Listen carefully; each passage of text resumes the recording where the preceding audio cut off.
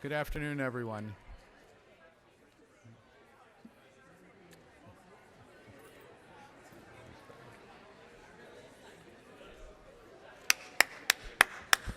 Good afternoon, everyone.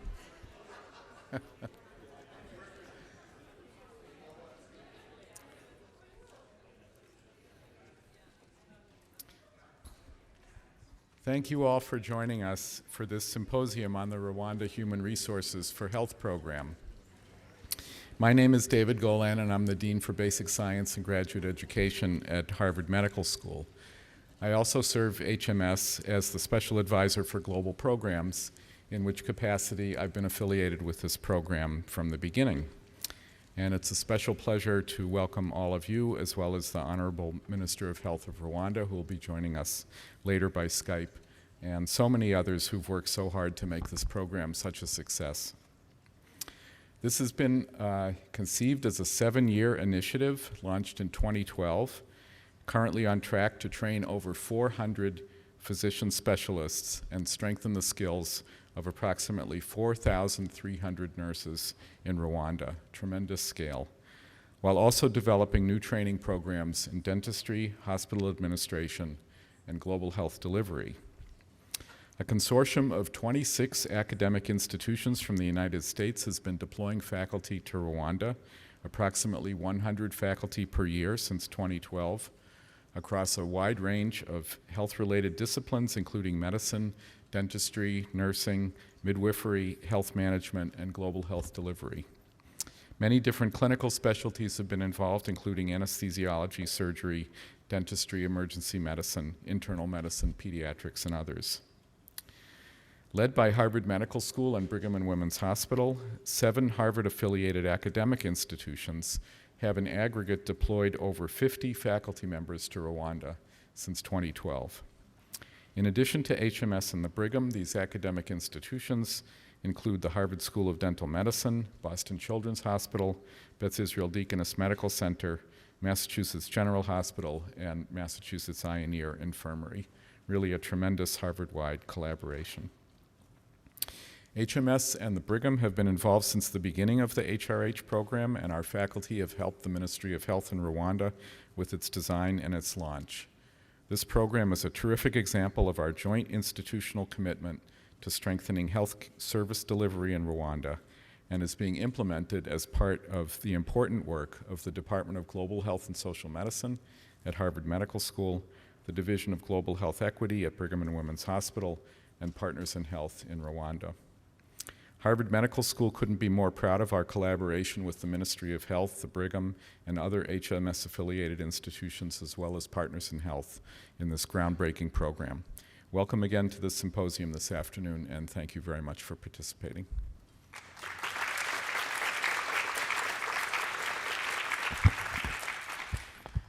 Thank you, David.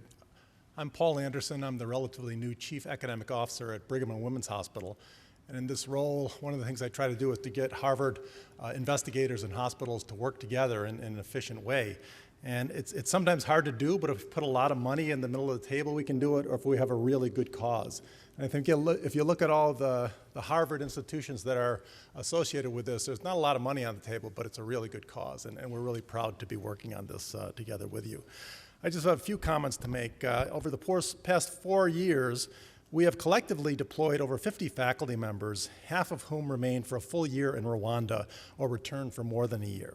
These faculties have included physicians across the main clinical specialties, oral health professionals, researchers, and global health delivery experts.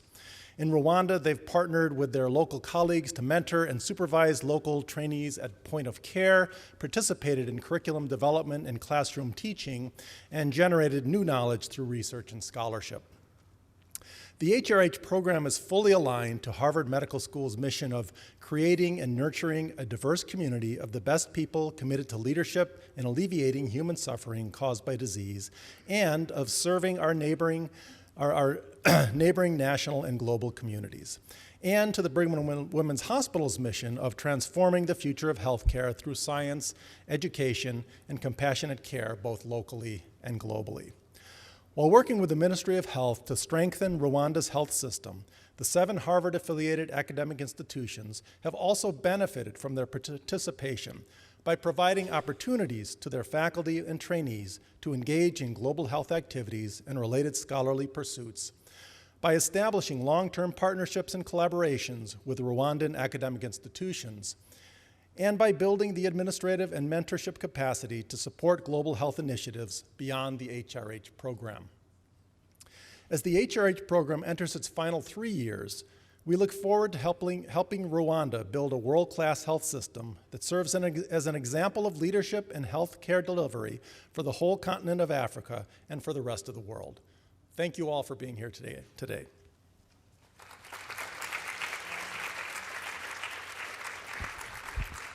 Okay, next on the program, it's my distinct pleasure to introduce Ann Becker, who's the Vice Chair of Department of Global Health and Social Medicine at Harvard Medical School. Ann.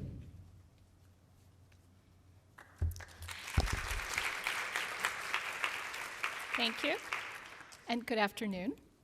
It is my distinct pleasure to add my welcome and to preview the remaining agenda for today's event and to introduce actually the middle block of speakers, distinguished speakers, who include the faculty leaders of this program and also participants, faculty participants in the HRH program from HMS and affiliate hospitals. We have a terrific lineup of speakers and panelists. I think, oh, there was a slide where you could see them. Maybe I can, should I advance? Where's Corrado? Can I advance? Well, it doesn't matter. You'll hear about it and then you'll see it. Now, that's the wrong slide, so here we go back. So, before I go on to introduce the lineup of speakers, first I want to express my thanks to Dr. Anderson and Dean Golan, not just for their brilliant remarks just now, but also for their brilliant leadership during the course of this program. And from our perspective in the Department of Global Health and Social Medicine, the leadership was collaborative and inspired and, of course, spectacularly successful in bringing together the cross-Harvard community for participation in this historic academic consortium. As has been pointed out already by them, this joint leadership by HMS and the Brigham was instrumental and quite fruitful in achieving the primary objective of Harvard-wide participation in this program, namely resulting in our contributions to health workforce development in Rwanda. I also want to underscore that this joint leadership has been fruitful in garnering important local successes in the Harvard community by expanding opportunities for faculty and trainees at Harvard in collaboration with their counterparts and colleagues in Rwanda to develop their expertise in global health delivery, to generate new knowledge critical to advancing this field, and to enrich Harvard's learning environment. This enrichment, of course, is on behalf of the legions of our entire community of students, trainees, and faculty eager to study and contribute to the field of global health research and global health delivery as well. This program writ large has also forged new ground for us here at HMS and also the dental school and the affiliate hospitals in developing a model and processes for collaborating to contribute to global health capacity building on a much larger scale than had been possible for us before. Many of you will recall that the mission and scope of this program were embraced enthusiastically here at Harvard, and there was an early and robust commitment from Harvard University to work toward a framework that would facilitate Harvard participation. But on an historical note, there were also many logistical challenges to our participation. These are too, as Paul would say, these are too numerous to count, and probably too tedious to count as well, but I'm pleased to report that none of them was insurmountable. For example, some of these early concerns focused on credentialing, professional liability, backfilling faculty responsibilities, et cetera, et cetera. At that moment, it was particularly helpful for Dr. Farmer to remind us that, whereas there were at the time fewer than 650 doctors practicing in Rwanda, there were here at Harvard 11,000 faculty at HMS. So we knew we could do this. Equally importantly, there were scores of faculty and students eager to contribute and learn from this experience. And we knew not just could we do this, we knew that we had to do this. But much better than hearing about this from me will be for you to hear about it from the HMS BWH program leaders. And there they are up there on the screen. I've been asked to preview the agenda, which you can follow along with, and also make a few advanced introductions. So we will be beginning with 4 oral presentations. The first will be a joint presentation with Drs. Riviello and Dr. Concheta. I'll circle back to them in a moment for their introductions. After they speak, we'll hear from Dr. Bethany Het-Gautier, who is assistant professor in the Department of Global Health and Social Medicine at HMS. Dr. Het-Gautier has worked in Rwanda for 3.5 years, and for 2 of these years, she was one of the global health delivery faculty deployed by Harvard Medical School. Following that, the next presentation will describe the work of faculty deployed to Rwanda from Boston Children's Hospital, and we'll hear then from Dr. Kim Wilson, who is Associate Physician in Internal Medicine at Boston Children's, Assistant Professor of Pediatrics, and Affiliate in Global Health and Social Medicine at HMS. Dr. Wilson is the lead faculty for the contribution of Boston Children's Hospital to the HRH program and is currently working in Rwanda as one of the pediatrics faculty deployed by BCH. And then the last presentation in this segment will describe the work of faculty deployed to Rwanda from the Harvard School of Dental Medicine. And we'll hear from Dr. Donna Hackley, instructor in oral health policy and epidemiology at Harvard School of Dental Medicine. Dr. Hackley has worked in Rwanda for 3 years as one of the dentistry faculty deployed. Following that, we will hear a panel discussion, and Dr. Joe Radigan will tell us more about that at the time. I will tell you this, the panel discussion features our very most distinguished speakers of the day, and I also want to say a few words about the remarkable Joe Radigan, who wears many hats. He's Associate Professor of Medicine and Associate Professor of Global Health and Social Medicine at HMS. He's also Associate Chief of the Division of Global Health Equity at the Brigham and Director of the Hyatt Global Health Equity Residency Program at BWH. Now, I'm also told, just so you know and don't get antsy, that after the panel discussion, there will be time to engage all of you in a conversation at the Q&A session, and I believe that each of our speakers intends to leave some time for questions and answers. So we look forward to that. And then finally on the program, following the panel discussion, there will be a poster session, and Minu has just informed me that we are actually, it's not just your standard poster session. These are electronic posters. They're interactive, and we look forward to your perusing them and interacting with them and the faculty at that time. And the faculty who participated in the HRH will be presenting these posters, and at the same time, we hope you'll join us for a reception with some light refreshments. So without further ado, let me get back to the present and introduce our next speakers. The first presentation provides an overview of the HRH program and of the contribution of the 7 Harvard-affiliated academic institutions to the HRH program, with a particular focus on the Brigham's and HMS too, I think, contributions. First, Dr. Corrado Concheta, instructor in medicine and in global health and social medicine at Harvard Medical School, and associate physician at Brigham and Women's Hospital in the Hospitalist Service, Division of Infectious Diseases, and Division of Global Health Equity. Also a remarkable person and wears many hats, as you already know. Dr. Concheta is the principal investigator for the contribution of HMS and Brigham and Women's Hospital's to contributions to the HRH program, and since April of 2016, Dr. Concheta is also the coordinator for the consortium of 26 U.S. academic institutions participating in this program. And he will be joined by Dr. Robert Riviello, who is Associate Surgeon, Division of Trauma, Burns, and Surgical Critical Care at the Brigham and Women's Hospital, Director of Global Surgery Programs at the Center for Surgery and Public Health in Brigham and Women's Hospital, and Assistant Professor in Surgery and in Global Health and Social Medicine at HMS.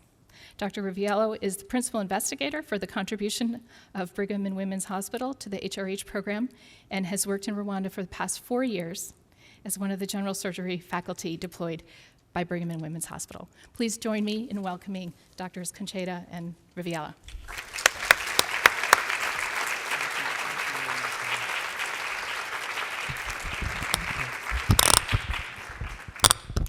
Thank you for being here. Really, really excited to have you all. It's a wonderful opportunity to showcase all the work that we have done together and all that we have achieved together. Before we start with the presentations, I think we really need to acknowledge the people who made it all happen. There's many of them, and their hard work shouldn't go unnoticed. I would start with the overall organizer, which is Meena Tateja. She's a director of the Office of Global Health Programs and Research. She was supported greatly by Jennifer Puccetti, who's the administrative director of the Department of Global Health and Social Medicine at Harvard Medical School, and Carl Benoit, who's her assistant, by Jennifer Goldsmith, who's the administrative director of the Department of the Division of Global Health Equity at Brigham and Women's Hospital, and also Jane Barrow and Christina Dervishan from the Harvard School of Dental Medicine have been tremendously helpful. I also want to thank our financial sponsor, that is the Office of Global Health Programs and Research at the Brigham, which falls under the Research Administration and Compliance at the Brigham, with the VP, Alison Moriarty here, the Department of Global Health and Social Medicine at Harvard Medical School, the Division of Global Health Equity at the Brigham and Women's Hospital, and the Center for Surgery and Public Health at Brigham and Women's Hospital. I don't know if you want to say anything. I think Corrado covered everybody I can think of, but we are tremendous. This whole program and this whole endeavor is tremendously indebted to all the infrastructure and administrative support and work that all of you do. So if we could all give a round of applause to this team.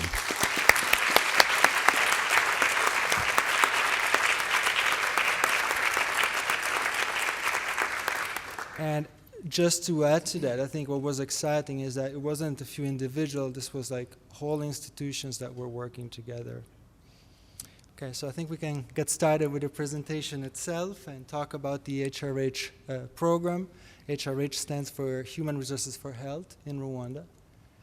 This slide is not surprising. I think all of you are aware that there's a severe shortage of global health professionals, especially in low-income countries, and that is one of the reasons, not the only one, that health outcomes are worse there than they're here.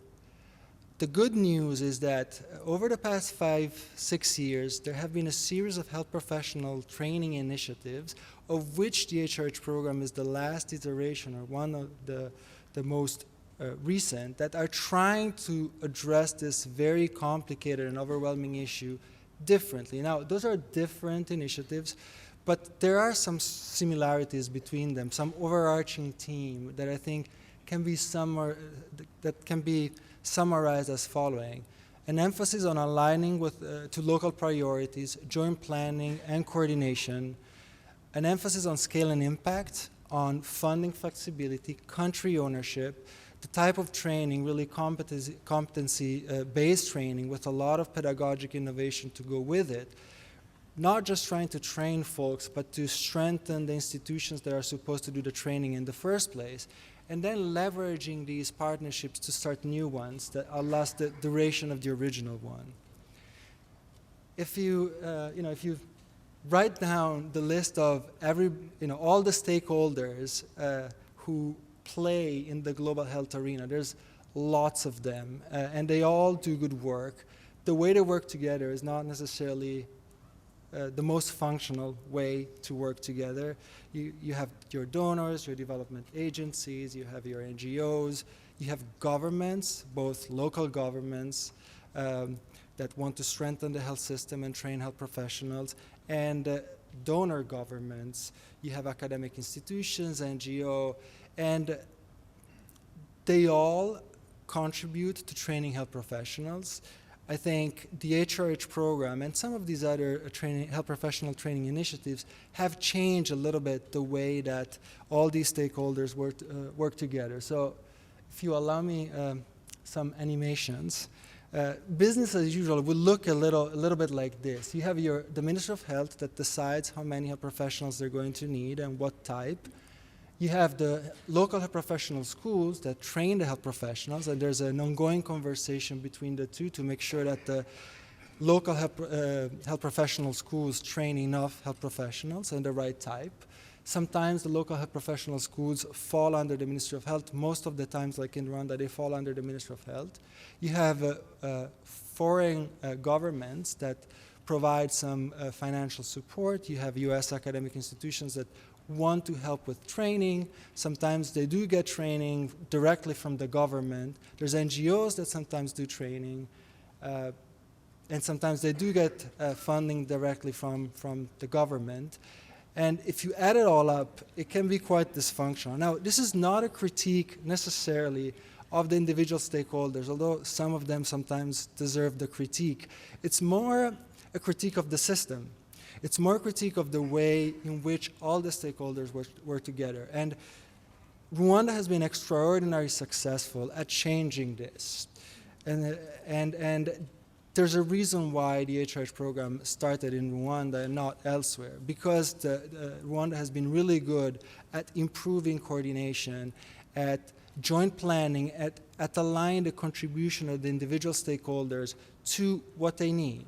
And so the HRH program looked a little more like this. You have the Ministry of Health working, that sets the leadership and the governance and sets the priority, working closely with the local health professional schools, bringing in partners in a smart way, like the Clinton Health Access Initiative, to help with some of the mathematical modeling, to engage donors, and Harvard and the Brigham, that no academia worked for many years in Rwanda with Partners in Health.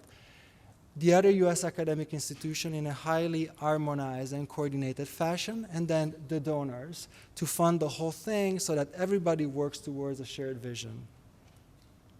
So what does it mean, coordination, for the US academic institutions participating in the HRH program? Well, it means that we try to avoid gaps and overlaps. The US academic institutions are organized by health professional cadre and by specialty, so that if, let's say, Yale does internal medicine, Brown can focus on emergency medicine. So it's all highly coordinated, and there's actually an academic consortium where roles and responsibilities are divided equally. The other important thing is scale and impact. This is not just about training 20 laboratory technicians and 30 nurses and midwives. This is about fundamentally changing the size and the diversity and the competency of the health workforce. So the targets are very ambitious. It's about increasing by more than twice, sometimes by an order of magnitude, the health professionals. And it's also about covering as many specialties and subspecialties as possible. So it's very comprehensive. In terms of funding flexibility and country ownership, the program is funded by the US government and by the Global Fund, and money goes directly to the Ministry of Health of Rwanda. It doesn't go to the US academic institutions. The Ministry of Health of Rwanda uses some money to manage the program, uses some money to support the health professional schools and the teaching hospitals and improve infrastructure, equipment, medical supplies, teaching materials there so that good teaching can happen. And the rest of the money goes to the US academic institutions who agree to a low overhead, and we'll talk about this some more. And this is different from business as usual, where often the money goes directly to contractors. Doesn't necessarily have to be US academic institutions, can be NGOs, other entities that retain higher overheads. And then it's a program that's entirely run by Rwanda with a management team, a steering committee of Rwandans. So that's also very important. It's a program where really the Ministry of Health is in the driver's seat, and the US academic institutions are in a supporting role, in an accompaniment role. Other important characteristic of the HRH program is that the training is competency-based. So what does it mean? That yes, there is some didactic teaching, but it's really about mentoring and supervision. For clinicians at point of care, for researchers, Bethany will talk about it, as they think about a research project, come up with a research idea, conduct the research and write the paper. So the training works best when it's linked to something that actually gets done. So it's about quality of training, but also, in a sense, it's about the moral imperative of treating patients in a setting with not a lot of resources as training happens, because you can't afford the luxury to wait 5 years, 10 years to have the doctors and the nurses that you need. You have to improve things right away. There's a sustainability strategy. The idea is that there's a lot of US faculty coming in early on, but over the years, the number of Rwanda faculty will increase and will take on some of the teaching roles and responsibilities of the US faculty. And then last but not least, there's also this emphasis on building institutional capacity, creating these twinning programs between US and Rwanda faculty so that folks identify research projects that they want to pursue together, academic interests that will keep each other engaged for years to come, even beyond the duration of the HRH program. The program was launched in 2012 in Rwanda first, and here's a quote from Paul, who has been an inspiration all along for all of this work. And then it was also launched in New York at the annual meeting of the Clinton Global Initiative. What has happened since? And I'll show a few slides about that. The trainee enrollment has more than doubled across all the training programs. 11 new training programs were launched, basically started from scratch. The quality of the training was improved because of new curricula, mentoring and supervision, improved didactic training, better administration of the programs themselves. Over 340 US faculty deployed to Rwanda in the first 3 years. Faculty career development for Rwandans and for US faculty as a result of the twinning and more research and more scholarship that was catalyzed by the twinning, knowledge generation, innovation, and improved quality of care in the hospitals. I mean, if you go to the University Hospital in Kigali right now, they're doing surgeries that they were certainly not doing 3-4 years ago. There's a hematology inpatient consulting service. So there's actually quality of care that has improved as a result of the HRH program. There's areas of improvement, of course. The twinning has worked in some cases, in some other cases hasn't. We'll be happy to talk about that a little more. Transition from US and Rwanda faculty hasn't happened as much, but it's really the next 3 years where this will be critical. Administratively, in terms of getting the memorandum of understanding signed, in terms of getting the funds disbursed, this has been very complicated, working across all of these institutions, but it has gotten better year by year. There has been significant improvements there. Communication, as you can imagine, between the MOH, the Rwanda academic institutions, the US academic institution, has been challenging. And then in general, disseminating what has been done. We could have done a better job collectively, but I think it's picking up as well. And then even though there was some improvement in terms of infrastructure, equipment, supplies at the clinical training sites, more improvements are needed. This is a busy slide, but basically what I want to show is that across all these programs, and the one in brown are the ones that were started from scratch, the annual intake has more than doubled. So from a little below 500 early on to over 1,000 a year now. And that as a result of that, by the time all of the folks who have started a training program during the HRH program, by the time they all graduate, there will be really a dramatic increase in the number of health professionals in Rwanda. And Rwanda is on target to achieve those numbers. So one last slide, it's about, so how did this benefit us? beyond obviously serving the needs of Rwanda, how was this good for Brigham and Women's Hospital, for Harvard Medical School? And the idea is that obviously there's a incredible demand from faculty to do global health, from trainees to global health, and the HRH program has provided an opportunity for that. I think collectively as an institution we've learned a lot about governance and administration in global health. And you were mentioning faculty credentialing and how we select them and how we mentor them and how can we make sure that what they do in Rwanda also helps them advance professionally. So there's a lot of benefits there. And then, the idea is that there will be also a lot of knowledge generation and innovation in health service delivery, in training that will come out of the initiative. So I'll stop here and I'll leave it up to Robert to talk about what we have done and maybe about surgery too. Maybe.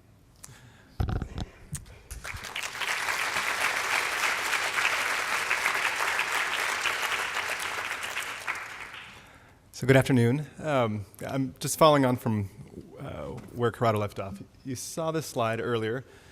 These were all the specialties and all the fields and all the disciplines that at its outset the HRH program hoped to support.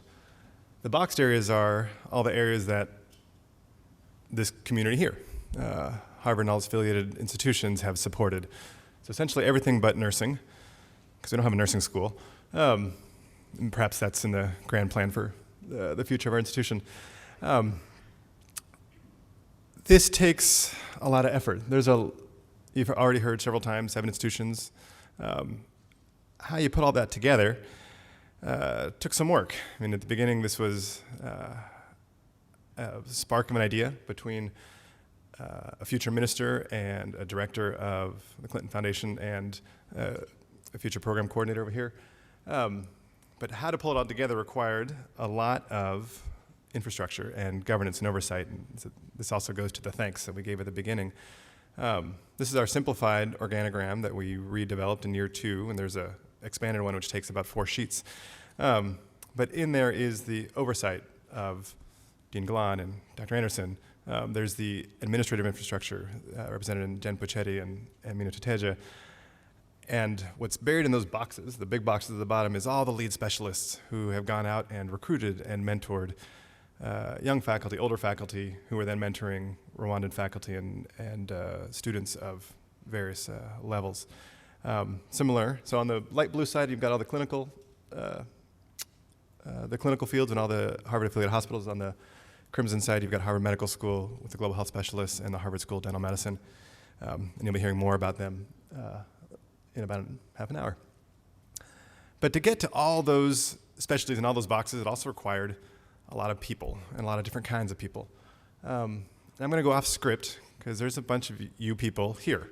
So if you've been faculty through the Rwanda HRH program, through any of our institutions, I'm going to ask you to stand up. And I'm going to wait until you stand up because I know who you are.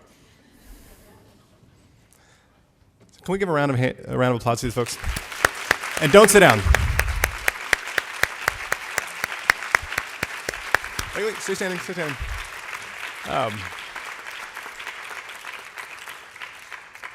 All right, I'll let you sit down. We'll make it too awkward for you.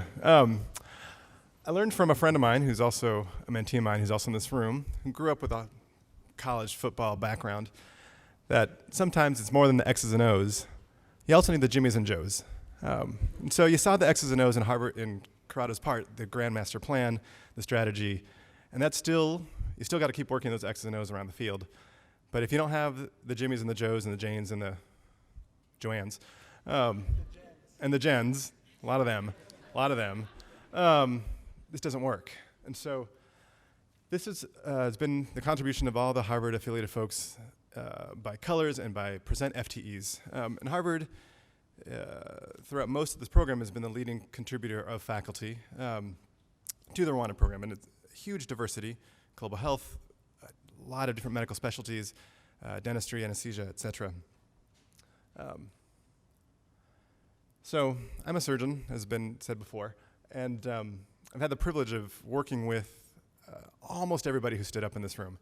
And so I'm going to take us a little bit away from the X's and O to kind of give a flavor of, maybe not a day in the life, but what this work is like for all those faculty stood up. I got the privilege of the podium, so I'm going to focus on surgery, but I'd like to think that part of that is that surgery, like many fields, is integrated throughout the health system. And so we touch with a lot of the folks around the room, both clinically, professionally, and personally.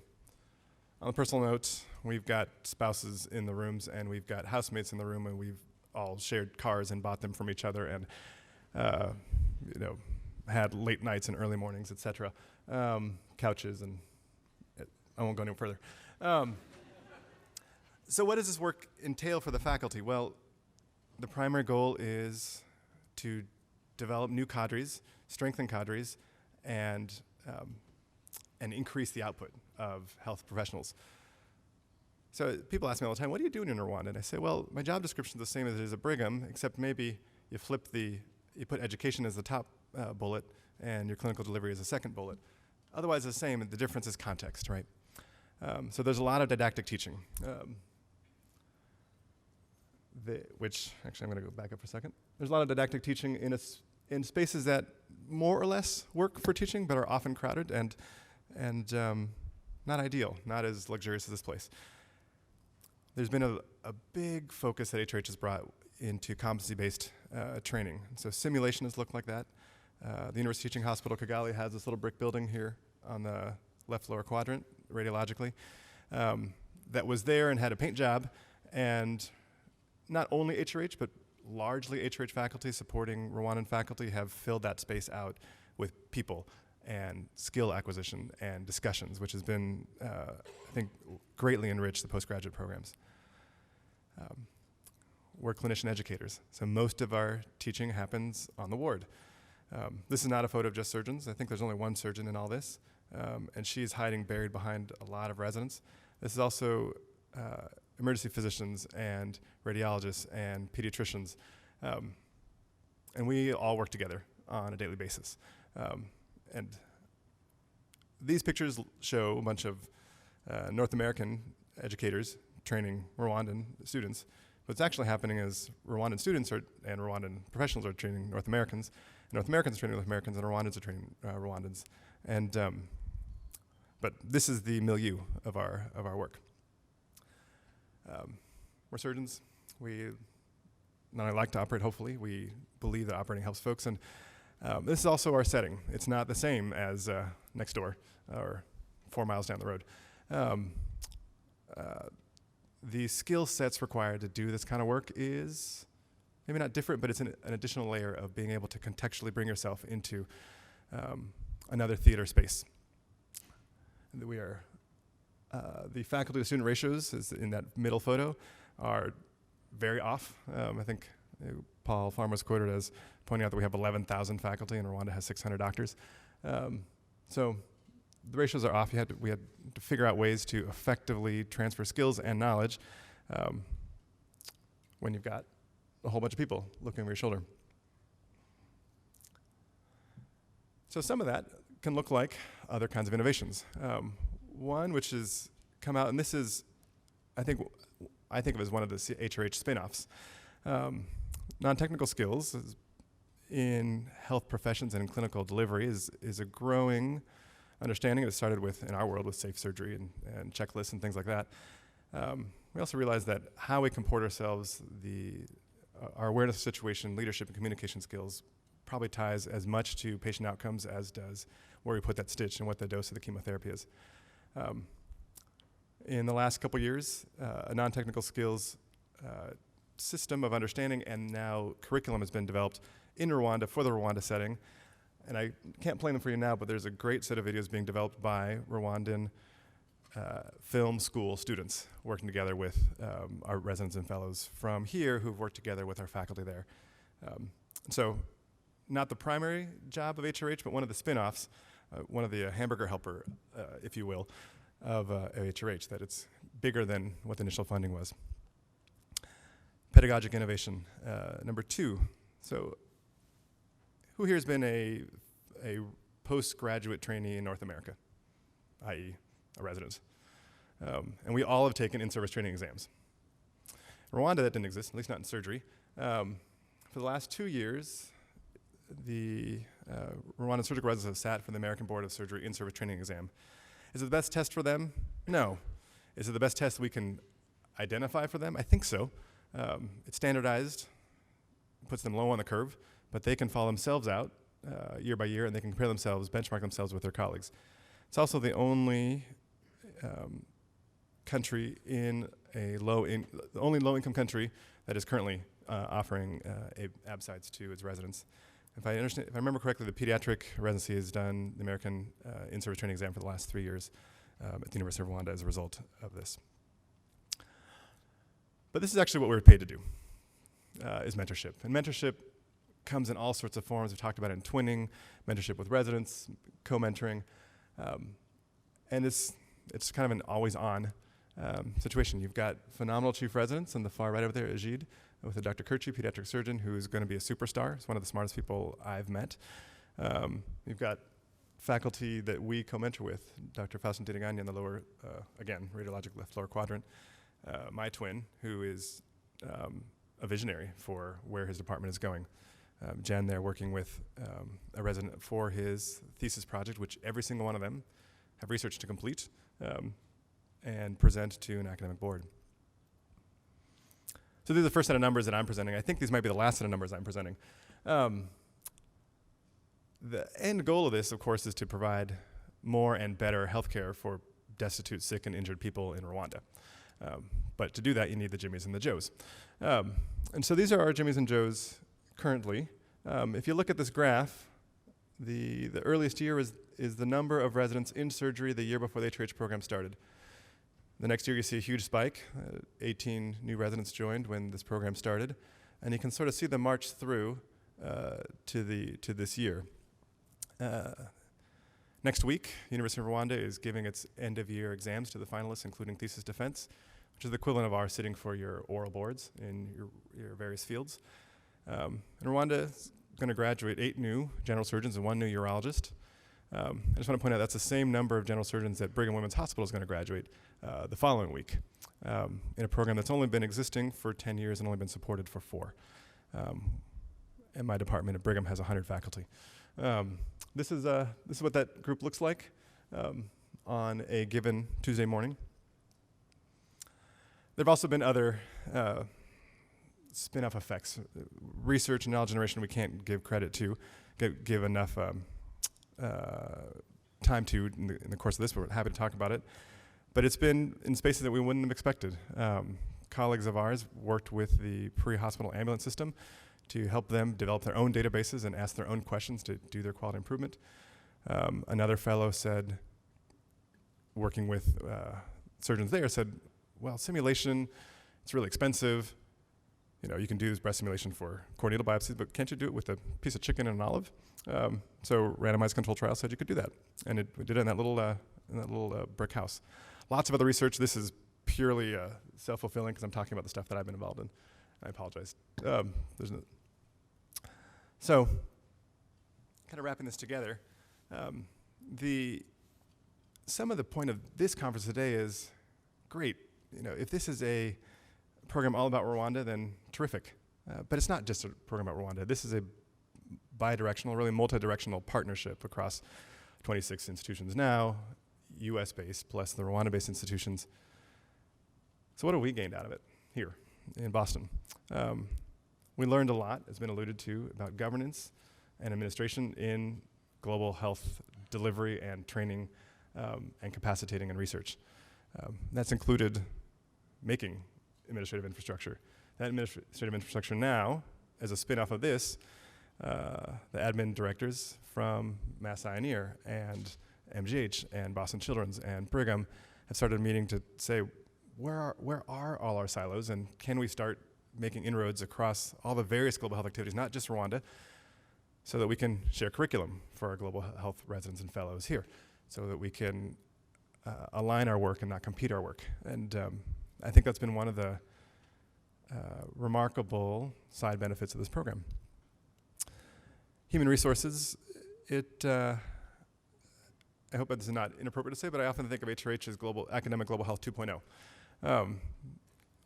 We brought a lot of people to Rwanda as research associates in the past who are actually in it, working a clinical role. Mostly not for any underhanded reason, but just there wasn't any other mechanism to do that.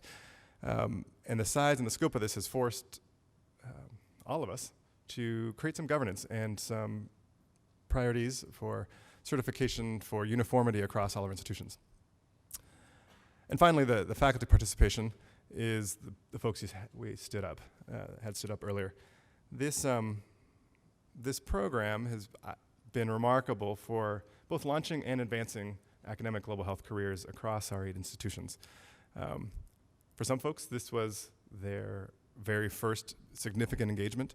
The people who were in the room who spent 3 years in Rwanda had never been there before. For others of us, it actually gave us a way to do this work with spouses and with family, rather than just doing it on our vacation time and out of pocket, which then frees people up to be creative, to think outside the box, to ask questions, to make relationships collaboratively that allow the blossoming of this work. So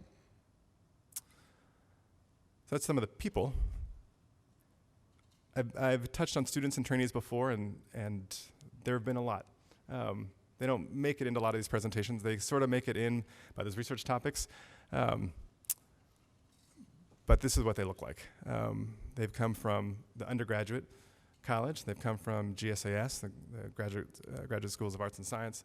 Obviously come from the Medical School Affiliate Hospital, from the School of Public Health. We've had folks from the Kennedy School, all of whom we've touched and have touched us, and more importantly, have touched with Rwandan colleagues and faculties and trainees and students.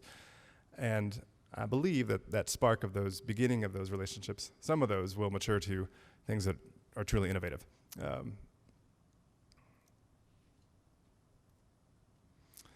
This is a quick smattering of some of the scholarship that's come out of this program. To be truthful, this was from about 3 months ago, and I can tell you about 10 more papers at least that have come out since that time that relate to Rwanda and to faculty here, working with Rwandan faculty there. And so for all of you who've participated in this, for all of you who've supported this program, you've done remarkable work, and I want to thank you all, and we can take some questions.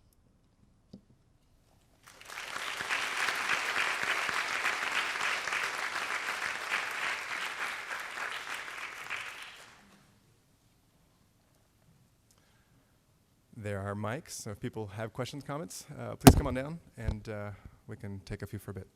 But you got to come to the mic, because we're going to pretend this is being recorded.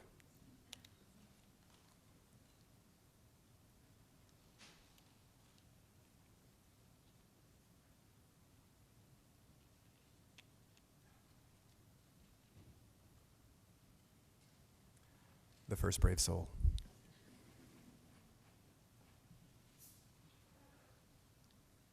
So as this program becomes more successful in the future, sorry, my name is Eric Ayala. I'm a student at Arizona State University right now. And I'm here for the summer. So as this program becomes more successful and the program in Rwanda becomes more efficient at helping people, where do you predict the need will be in the future for programs like this? Are there any particular locations that you find need help? I mean, it's a great question.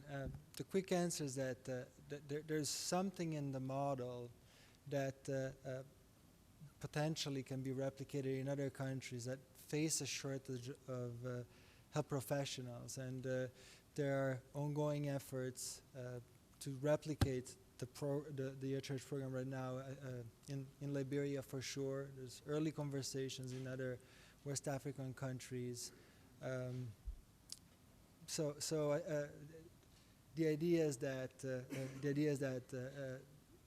this will not just be confined to Rwanda, but that there will be this spillover effect with similar programs, maybe an improved version, starting elsewhere.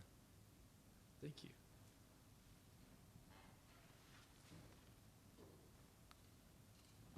Hi, Gail Marcus. I teach over at MCPHS.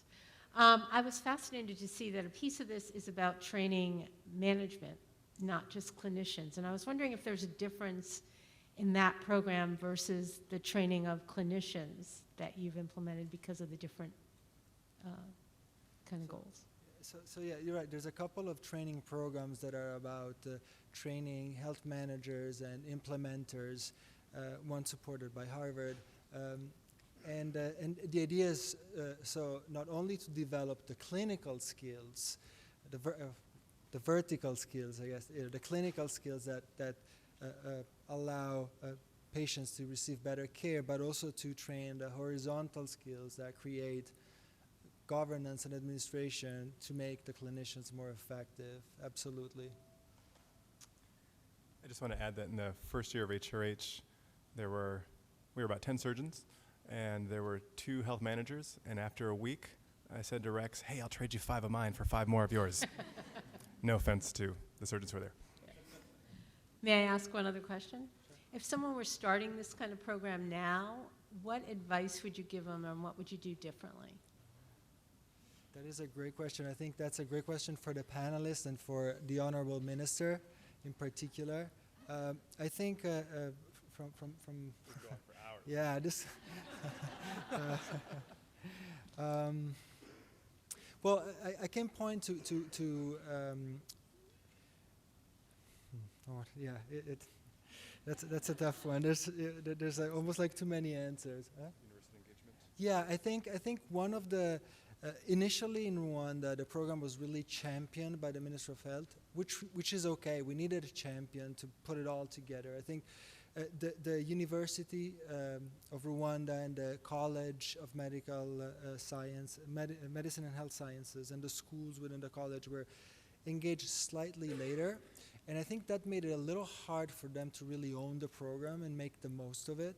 And so I think from a broader point of view, like bringing in the university and the college earlier probably would have made things easier. I think from a Harvard and Brigham, I think now we have a very deep appreciation for how critical details are. It is at the end of the day, it's your results are only as good as the process that you follow and how you execute it. And I think we all learn a lot in that regard. I'd follow up with when you think of health system strengthening 101. You think about staff and stuff and space and systems that a lot of people here in this room talk in those terms. HRH was sort of mega staff, right? It's all about training the staff. But to train those staff, you also need the space to do it in. And you need some systems to supply enough gloves and suture for the surgeons, et cetera. A little more planning around those pieces, the procurement and the infrastructure, would be another one of many, many recommendations and things learned. Bruce Donald, I'm the dean here at the School of Dental Medicine. Are there any mechanisms to plan for retention of trainees and or alumni associations for the schools? So this is an ongoing conversation. I think the Honorable Minister will be able to articulate much more on this with much greater depth. But the effort of the next 3 years, everybody agrees, it's about the sustainability piece. It's about strengthening the capacity of the university, of the colleges, to sustain the activities that were started with the HRH program and the training programs that were started with the HRH program. And so it is a lot about retention of new trainees. And actually this summer is when the first class of trainees that were enrolled in a program started after the launch of the HRH program will graduate. And so there's actually a conversation right now between the Ministry of Health and the Ministry of Education and the leadership of the University of Rwanda and of the College of Medicine and Health Science precisely to do that, to scale up retention of new graduates as faculty over the next 3 years.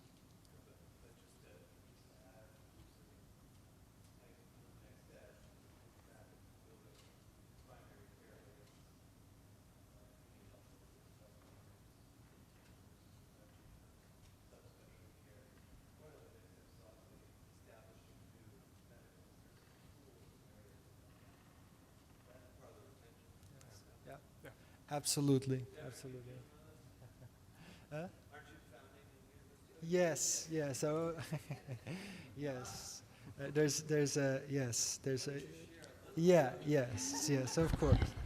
There's University of Global Health Equity, which it's a university. Paul can talk much more eloquently about this, but university that is in Butaro, northern part of the country, where PIH has been working for the past 10 years.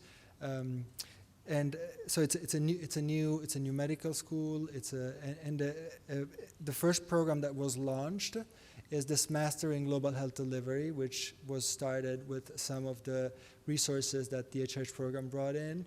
And like the whole idea is to increase the number of teaching health facilities, but also academic institutions, but also to make sure that we give the skills to the Rwandans to thrive and to be effective in Rwanda, not in other countries. And there's a specific set of skills like the ability to deliver good health services, think about the program, implement that the university will provide. Hi, I'm Adia Benton. I am an anthropologist based in global health and social medicine. And I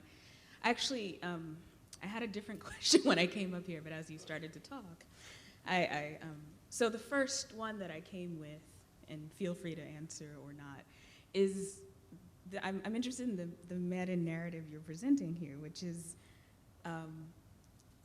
seems to be bookended by what it is that how we benefit. And I'm curious about why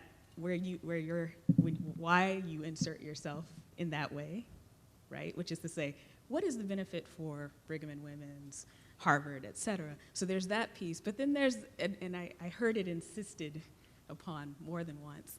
And the second question is about the way that you present the messiness that everyone knows about, with all the arrows, the animation of arrows, right? The messiness of typical global health programming, and then juxtaposing this HRH as something that is quite orderly and ordered in a particular way. I would say more orderly, yes. Right. So I sense that there was some tension about presenting it that way, especially as you began to talk about how your plan and your process didn't necessarily, obviously isn't perfect to begin with, because this is a model that's actually quite unique.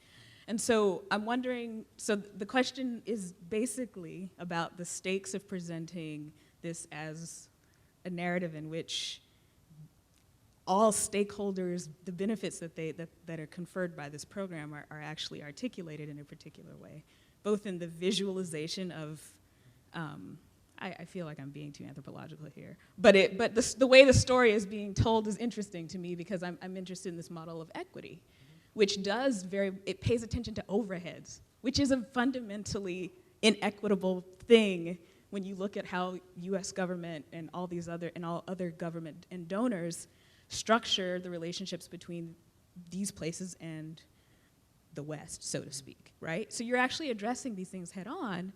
I'm just curious about what it means to narrate it this way. Yeah, so that's a great question. And I would say there's a reason why the slide about mutual benefits was the 20th slide and not the first, right? The first 20 slides are about, okay, what it is that Rwanda needs. It needs health professionals, and it needs functioning institutions, and it needs to be able to take care of its patients. So the program is about that. But if the program is about that, it doesn't necessarily mean that partners and stakeholders who make sure that that happens cannot in return gain some benefits. So I don't see a conflict. I see some sort of continuity, and it's all about starting with the right priority first, and then coming up with a second priority, and then a third, and a fourth, and a fifth, and then also thinking about bilateral exchanges. But it starts with the need of the country. It starts with the need of its people. I don't know if that answers the questions, but that's... I would just add that, so the first 19 slides are what the driver is. It's also been said that for a partnership to work, there's got to be enough in it for all participants. And whenever you tell a story, give a narrative, give a talk, you got to know who's listening. And so we're here at Harvard. The same presentation would look different if we were in Kigali or Butare or Butaro or Vienna. I mean, the story that's being told can only be encapsulated in a few slides, and you could probably explain it to me better than I can. And part of bringing this group together was for all of us to think together, gosh, it's been a 4-year slog for a lot of people, or 6. And there have been some great things, but sometimes you got to pause and remember what those great things are, because otherwise it's pretty easy to get mired in the slog.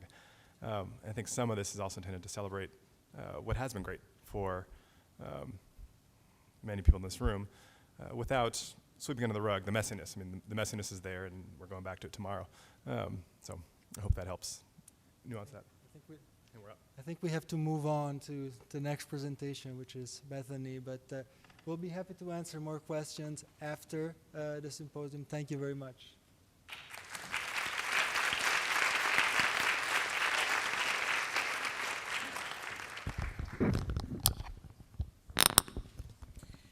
Thank you to everyone for this opportunity, both the opportunity to present, but also the opportunity to have the experience of living in Rwanda and working as a faculty in the HRH program.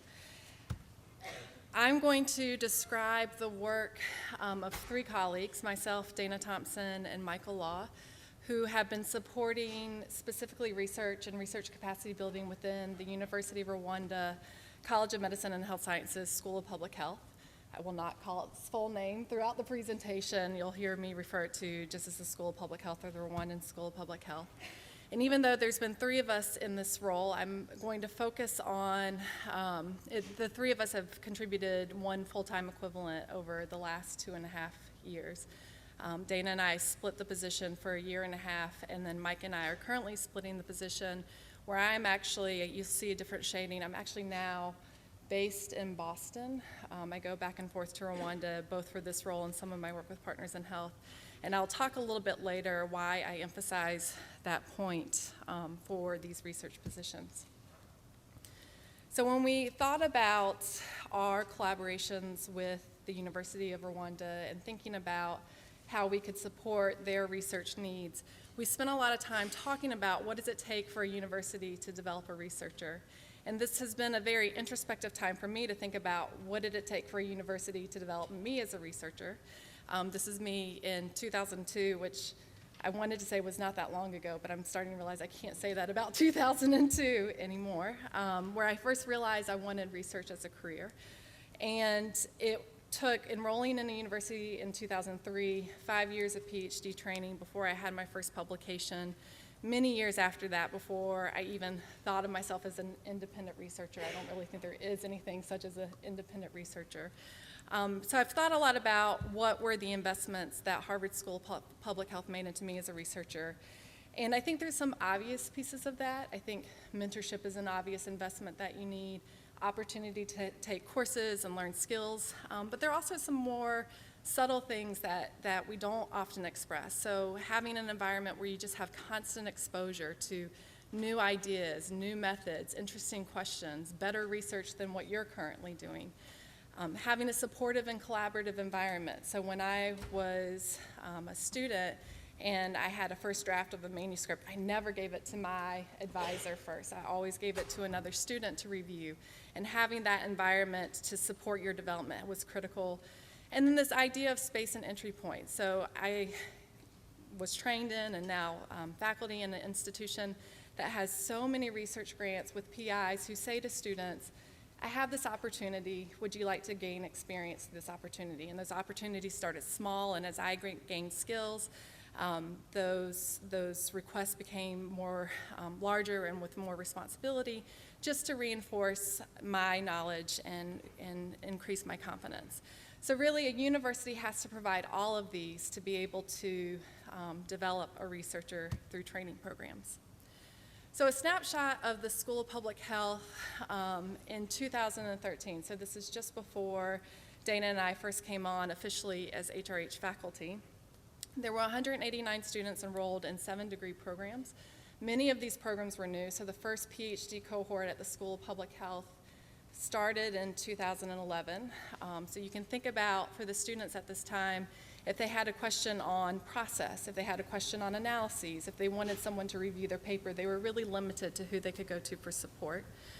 There were 18 academic staff at that time, but only seven of them were qualified by the Ministry of Education standards to teach courses and to supervise students. And so the ratio at that time was 1 to 27. And I don't know what the faculty ratio is. I don't know how many faculty there are at the Harvard School of Public Health, but I can guarantee it's more than 7 and that the ratio is better than 1 to 27. So you can think about, even the most talented faculty at the School of Public Health, if they have 27 students to support, their ability to provide the mentorship that they wanted to provide would be very limited in time. So, and this gets a little bit to the comment that was just made, or the question that was just posed, and I think a really important point. I wasn't prepped to necessarily make this facing to Harvard Medical School. I probably should have been more aware of that as I prepared the presentation. This is the way I would present the work and the research at the School of Public Health if I were in Rwanda. When we sat down, Dana and I first, and now Mike and I, to develop our work plans, we sat down with the senior faculty at the School of Public Health, and we asked them what their current needs were. And these are both short-term needs. We have a PhD student who doesn't have methodological support, who needs help now. This would also be long-term support, or long-term vision. We have a junior faculty who needs to teach biostatistics in 3 years. Can you train them and bring them as a TA for your course now so that in 3 years they'll be capable to teach it on their own? We also looked at the needs of the specific faculty. So not all faculty have the same interest, and so looking at how they wanted to develop professionally. And then finally, we looked at our own needs. Robert's comment of a true partnership, all partners have to benefit. The reality, I really do believe that. I think that I gained a lot from this experience, and just being explicit in what my needs are, my expectations are, just gives me continued ability and energy to participate in these roles. So we looked at our personal needs. We need to publish papers. We need to get grants. We need to develop teaching skills. And what we did with all of these needs listed is look at the intersection. There's plenty of needs on all sides that you can find this perfect intersection, and if you focus your work at that intersection, you create a win-win-win scenario that everyone can benefit. So this is just an example of the work plan that Dana and I developed at the very beginning of our time with the HRH program, and implemented over the 1.5 years that we worked together there. I'm not going to make you look at each of the activities we supported. I do want to focus on one specific activity just to illustrate this point. One of the primary activities Dana and I supported was a faculty development seminar. The goal from the university's perspective of the 11 non-PhD academic staff, so the 11 staff who weren't yet credentialed to teach and supervise, not a single one of them had led a paper, and I think 2 of them had ever been a co-author on a paper. And so we had been asked to support these junior academic staff to publish their first research papers. For any of you who published in here, I think I'm still slightly traumatized from that first research paper and how complex it was to develop the paper, but then also get through the publication process. So we enrolled 10 of those junior academic staff, divided them into 5 projects. We offered a formal 10-month training with bi-weekly day-long sessions. Those sessions would be about half didactic lecture, where we would talk about, if we were currently in the stage of coming up with an analysis plan, we would talk about analyses and how to develop an analysis plan, and then they would spend the rest of their time applying those concepts to their projects and getting hands-on mentorship. Between the trainings, we provided 2 to 4 hours of coaching and mentorship per project for each of the teams. And then we call it a 10-month training, but the reality is when Dana and I committed to these colleagues, we committed to see them all the way through to publication. So thankfully, 3 of the 5 projects are now published, but 2 of the projects still receive active support for us as they navigate the peer review process and the CDC clearance process before you can even submit a paper. So I think, or I hope, that it's obvious how such a seminar would benefit the School of Public Health and School of Public Health faculty. A seminar like this touches on all 5 domains that I believe it takes to develop a researcher. You know, just looking at one, it's a space and entry point. Here is a concrete project that you can learn skills and apply those skills to as you develop as a researcher. To the individual faculty, they have promotion criteria. They have to publish a certain amount before they can be considered as an associate or full professor. And so we're helping them build that publication list through the seminar, which made them more invested. I hope it's also equally clear what Dana and I got out of such an activity. I also need research publications. It's the reality of my profession that I've chosen. And so we were able to get publications from this. We have very strong collaborations. Dana and I are continuing to develop papers with the trainees that we had in the seminar. And then for Dana and I, we had identified as a professional goal, we're both very interested in teaching and pedagogy and mentoring. And so this gave us an opportunity to both develop those skills, but demonstrate again in a concrete way that we have skills in this area. If you want to see a bit more about the activities that some of the faculty, or Dana, Mike, and I have been engaged in, we do have a poster outside. But instead, I'm going to use the remainder of my time to focus on, and this was a bit the question of, if you were to do this again, or if you were going to tweak things for the last few years, what would you do? And Dana and Mike and I have been exchanging a lot of emails for this, and it kept boiling down to more and for longer periods. And I realize it sounds like we're just trying to create job security in the work that we're doing. So I want to explain to you why we think there needs to be more and why we think they need to be there for longer. So we were effectively able to change that ratio from 1 to 27 to 1 to 24, which is an important drop in the bucket, but it is a very small drop in the bucket. And so having more faculty would help address this ratio issue. I want to emphasize that this is more than a patch fix. I think a lot of times programs like this are criticized of, you know, if you provide clinical care instead of teaching others to provide clinical care, you might just be patch fixing a system. For this, many of the students in the PhD program, for example, are the future faculty for the School of Public Health. So providing better teaching, providing more mentorship, helps the school achieve that long-term goal. The second part with that, though, is the biggest challenge to our working with the junior faculty in that seminar or to other skills transfer activities is that they had so much work that they couldn't really invest time in their skill development and professional development. And so until we can alleviate some of their workload, that they can dedicate time to their professional growth, our ability to use the HRH program to effectively develop their growth will be limited. Another reason to have more, to diversify topic areas of interest and methods, backgrounds. All 3 of me, Mike, and Dana were very quantitative people. There's certainly other areas of research that should be developed and explored and supported at the school. And then finally, for me, the idea for more, the biggest missed opportunity with these research positions is that the clinical teams, the Rwandan and US faculty twins that they talked about, they, if I remember correctly, it was something like 20% of their time was to be dedicated towards research and to talk about the programs that they're supporting, the gaps, the successes, and to put that more into the public domain. We would oftentimes, when I was resident in Rwanda, be requested by the USI or the Rwandan faculty to support research projects. I don't think other than once I was able to say yes. In fact, I'm looking around the room a bit embarrassed to the number of people that I had to say, I'm sorry, I am spread so thin. And we had this, what I think is a great idea for a training program, which would look very much like the faculty development seminar that would run along the 10-month to 1-year commitments of the clinical faculties, that we would train the clinical pairs, support them through developing a research question, to data collection, to analysis, to paper, to develop a research project together that matched their clinical partnership.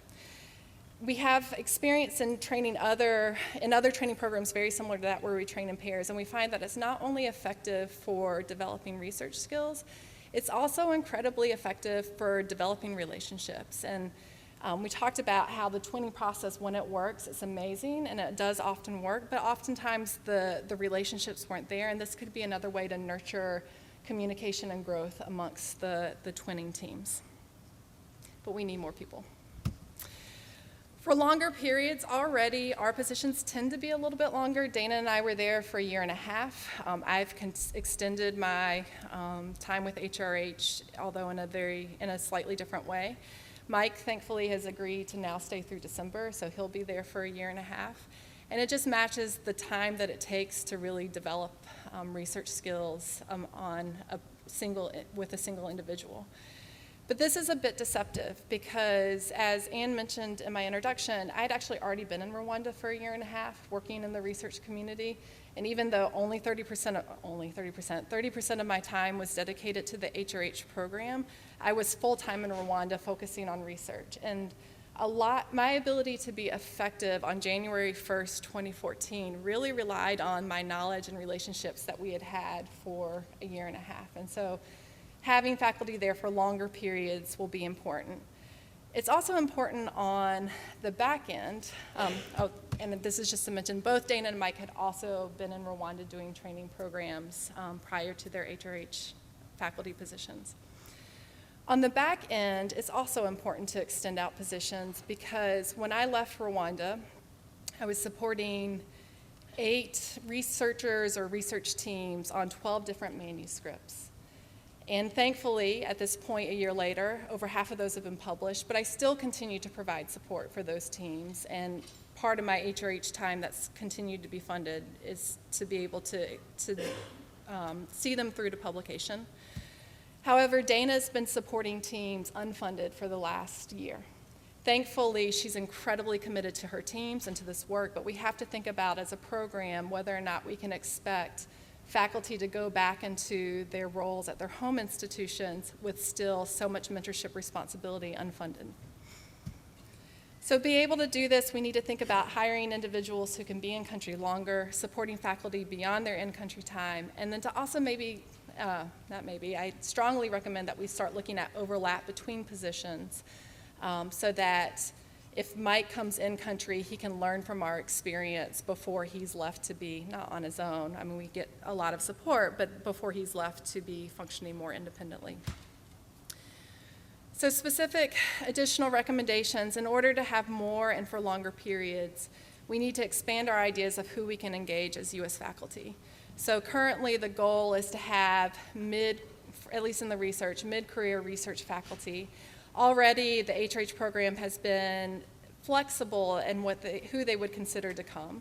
But specifically, we need to look at considering to have master's level faculty with specific skill sets that we want at the school. To have postdocs or early career faculty. I think that's particularly important because those are the individuals who these collaborations can really launch their careers. And then individuals who cannot commit 100% time. And again, we've split our positions, but the ability of a researcher to step out of grants and mentorship at their home institutions for 100% time is just impossible. And then for the home institutions, thinking about how you can take faculty and look at their 7-year career trajectory and recommend when an activity like this would fit within their plans. And to really encourage them that these types of opportunities will help their promotion process, will help their careers, I think will increase the number of individuals who are interested in this type of work. So my conclusion, I would say that this, and Mike and Dana as well, has been an incredible professional and personal benefit. I don't want to overstep, but I think there is plausible evidence that this has also been beneficial to the Rwandan research community and to our collaborative institutions there. I'm not going to go through many thank yous, but this has been an incredible opportunity, so thank you to those who've supported this position and supported me specifically. Thanks.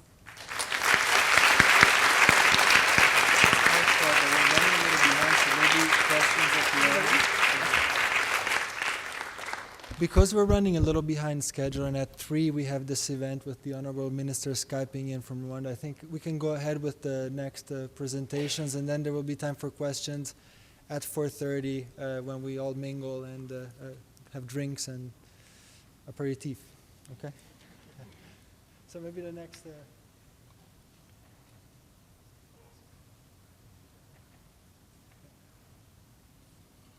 This is the oral health, Donna.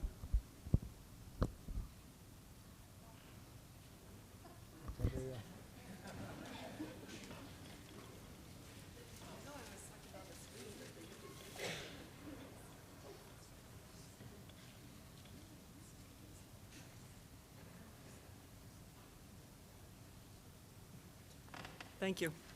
I was second on the screen, but they introduced Kim second, so I thought I was looking for Kim. So, thank you very much. How do I work my technology? Right. So first I want to say thank you to the deans of the schools of dentistry, and also to the HRH programmers, and to the Ministry of Health in Rwanda, especially to the Minister of Health in Rwanda, because she had the vision to include oral health in the HRH program. Oral diseases are some of the most common chronic diseases worldwide. And the World Health Organization emphasized this fact of the link between oral disease and systemic disease in their 2005 special bulletin. So that's often a result of common risk factors. And for example, periodontal disease is associated with preterm labor and also diabetes. So if you want to improve overall health, you really must include oral health as part of that plan.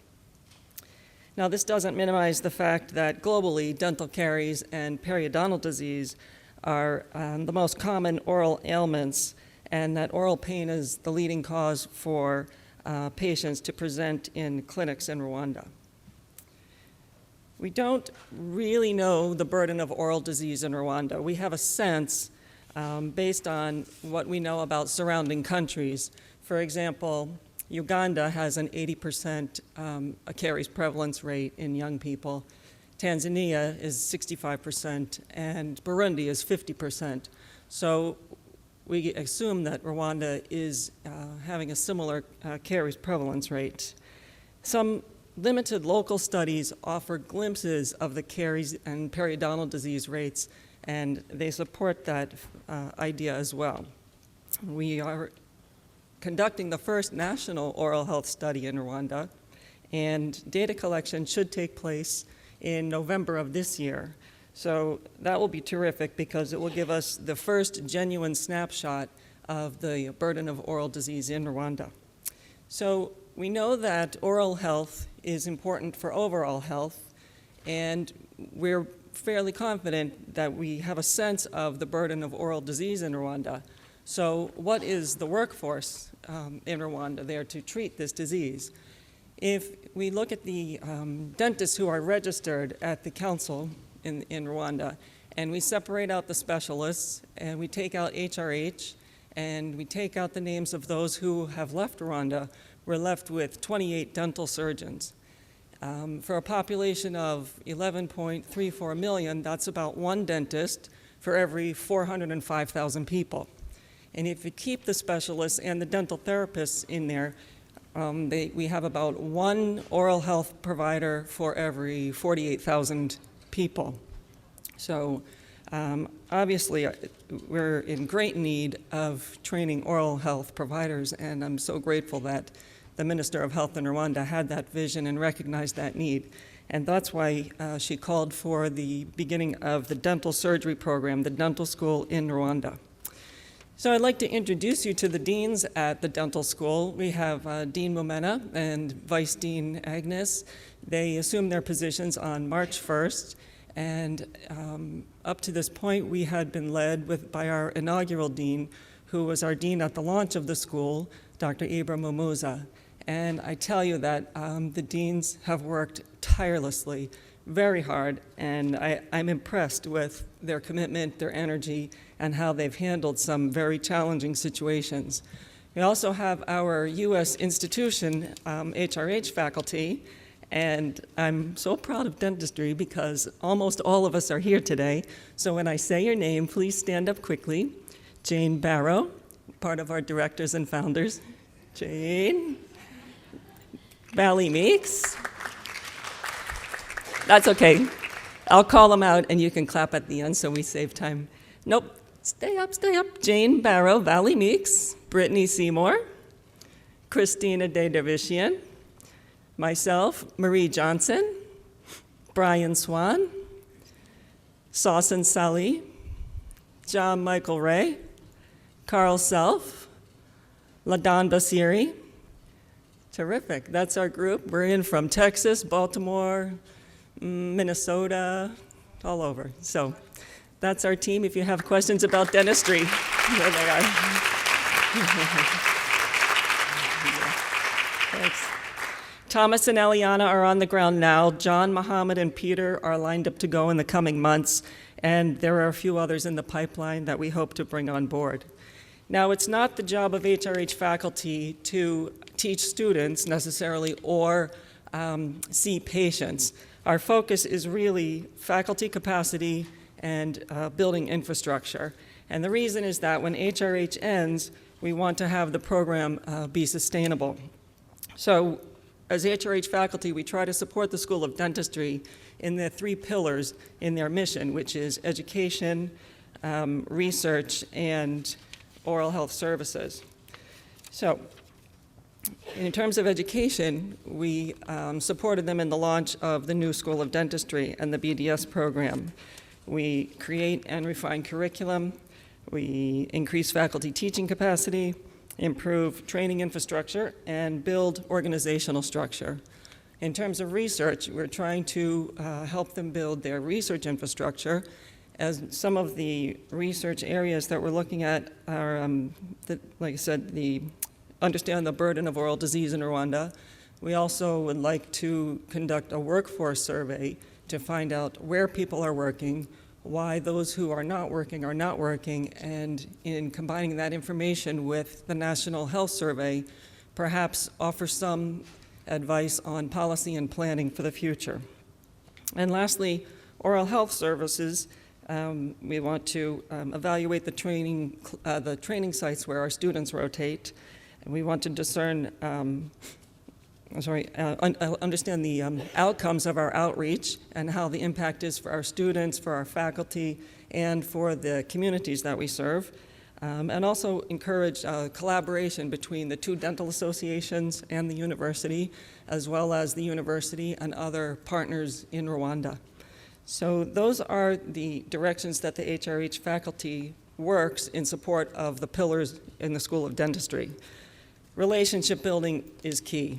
You have to spend time and you have to build the relationships, or there is just not progress.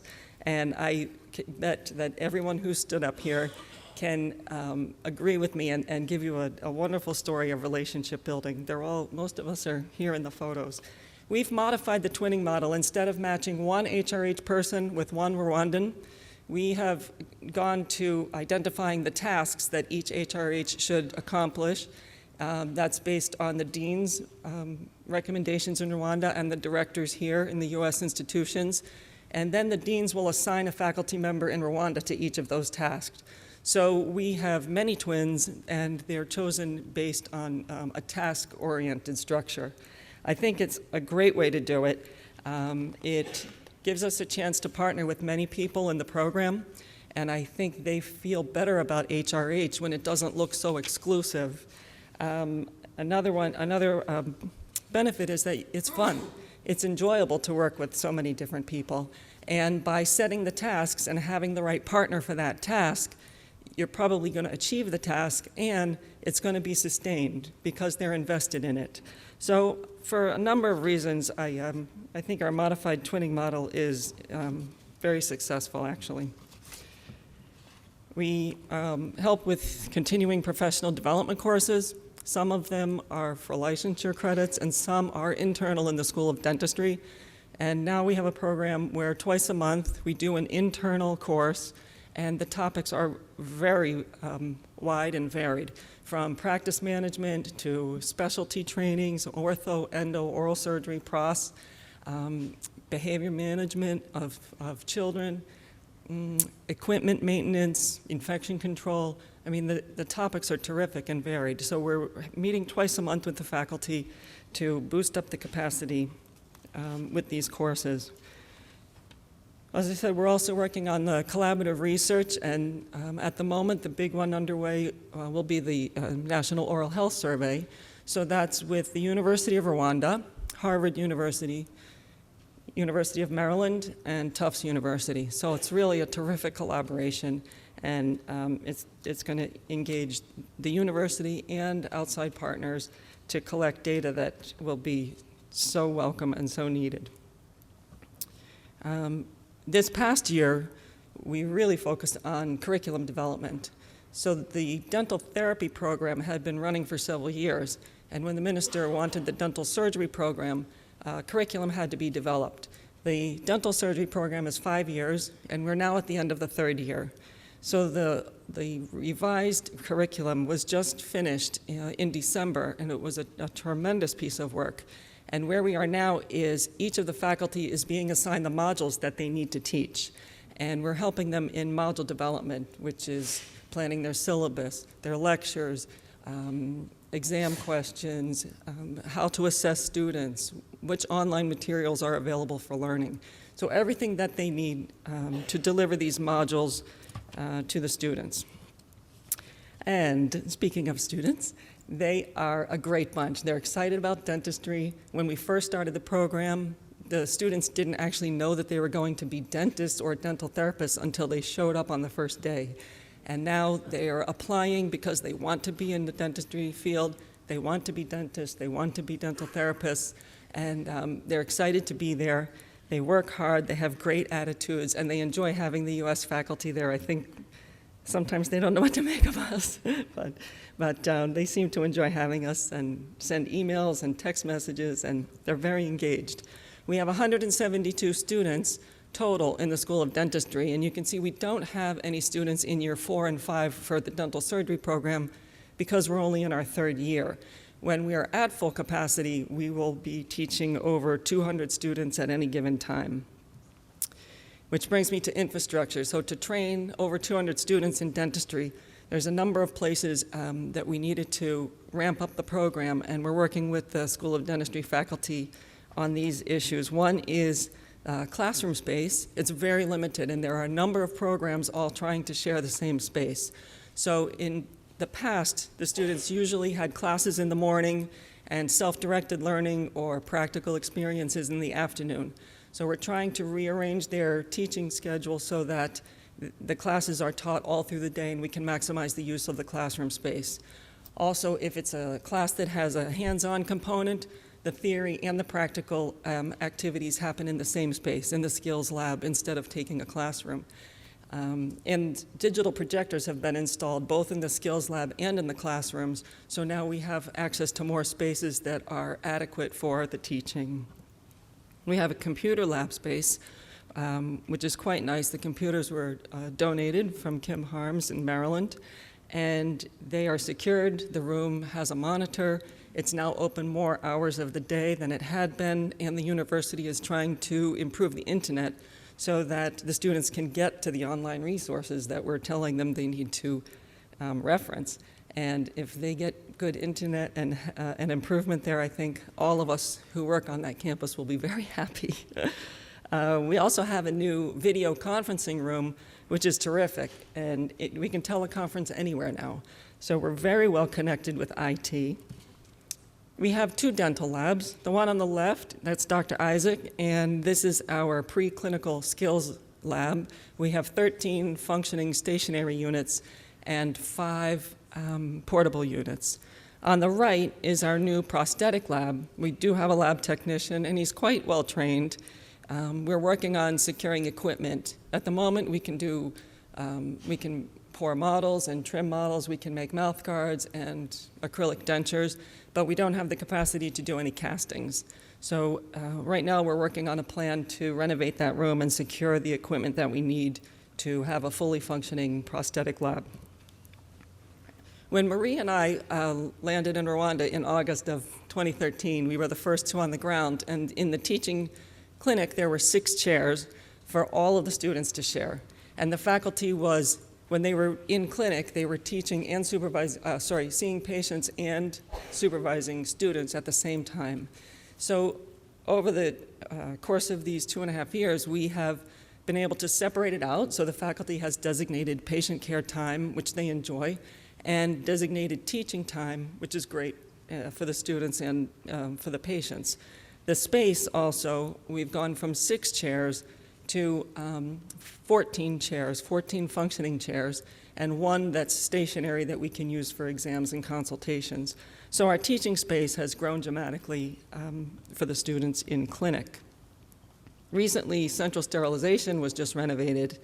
It doubled in size. It's now a two-room space where contaminated instruments are brought in through one window, cleaned, bagged, and then passed through a small window to the other room, which is the clean room, where they're sterilized in the autoclave and stored. Then the operators can come and the instruments are distributed through the clean window. They also have doors so that only authorized personnel and trained sterilization personnel can go in and out of those rooms instead of everyone in the clinic helping themselves as they are seeing patients. So we are improving our infection control dramatically, actually. HRH faculty has been very involved with policy and procedure development, everything from code of conduct, pre-clinic manual, clinic manual, emergency preparedness, infection control, all of these documents and policies and procedures we've either been revising with the School of Dentistry or writing for the first time, developing. With so much activity and so much growth, new programs, new students, we needed an organizational structure. And the dean and his team have decided on this structure that you see. The 4 academic committees in green color report directly to the dean and handle exactly what you see, their academic issues. And the 3 departments, which are in light purple, are the 3 departments of the school. They're each run by a head of department, and each faculty is assigned to one of those departments. 2 of those, then you see, have subcommittees based on clinical activities that need to be carried out in the school. So this is the general structure in the new School of Dentistry. And something we developed this past semester was the roadmap. And basically, we had to find a way to organize people and know who was where when. So for example, this is 1 week of the roadmap for the faculty, and you can see on Wednesday that Dr. Moses is in the clinic seeing patients. And now I know exactly where he is, and he knows exactly where he is, and the students know where he is. So this organization really, it helped us to maximize our time management. There's a similar sheet that's made for the students, and it will say where each class is on any given day at any given time. And that's important when you have 9 levels and 172 students and only 12 faculty on 3 campuses that are 2 hours apart. So it sounds simple, but it's a big challenge, but it worked great. And lastly, the infrastructure that we're working on is outreach and clinical placement to give our students the hands-on activities that they need, and community service, and also improving the oral health knowledge in the community. So we did launch the BDS program, and we're in our 3rd year, as I said, but something that we just developed this year was the current Bridge program, and that is to advance dental therapists who are diploma holders to a Bachelor of Dental Therapist. They hold their bachelor's, which helps them with their career opportunities. And what we're in discussion now is creating master's programs, specialty training, and a bridge for dental therapy bachelors to become dental surgeons. So those are programs for the future. Here are, in wrapping it up, accomplishments of the HRH team with the School of Dentistry in Rwanda, collaborations, launching of the new school and the BDS program with all of the structures in place, defining competencies, building the faculty capacity, and improving the infrastructure. And one point that we're all really excited about is that this past May, We passed the audit, and we are now accredited by the East Africa Council. So that was really a tremendous achievement for the School of Dentistry and the School of Medicine also, by the way, and very collaborative, hardworking. It was terrific. Some other accomplishments of the HRH team: grants, publications, presentations, and if you'd like detailed information about these, just see me afterwards. I'm happy to give it to you. So lastly, I just need to say, oh, it said gratitude on my version. But, I'm so blessed to be a part of this program. I'm thankful to the Minister of Health. I'm thankful to the deans of Harvard and University of Rwanda. I'm grateful to the Vice Chancellor. I'm grateful to the HRH program. I love the faculty I work with that's here today and the faculty in Rwanda. And I'm really, really grateful to my family, my two beautiful daughters, and my husband, Steve, whom we're married 28 years this month. He's here with my parents and my mother-in-law. So thank you for encouraging me. And always, every time I say, oh, I want to go to Rwanda, they always say, go. They never say, you've been there for months and you've only been home a short time. My mother says, when are you coming home to visit? So, I don't know, sometime. But it's wonderful. And they say that by day, God roams around the world, but at night, he comes home to rest in Rwanda. And I think maybe that's true. So thank you very much.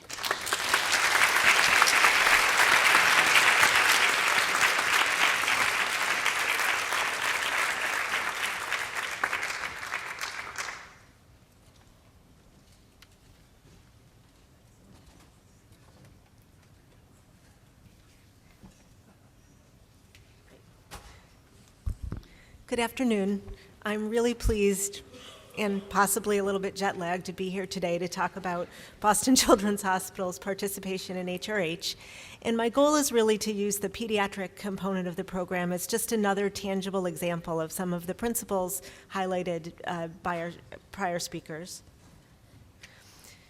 So for children, the situation in Rwanda, for children needing specialized pediatric care, the situation in Rwanda at the start of the HRH program was fairly difficult.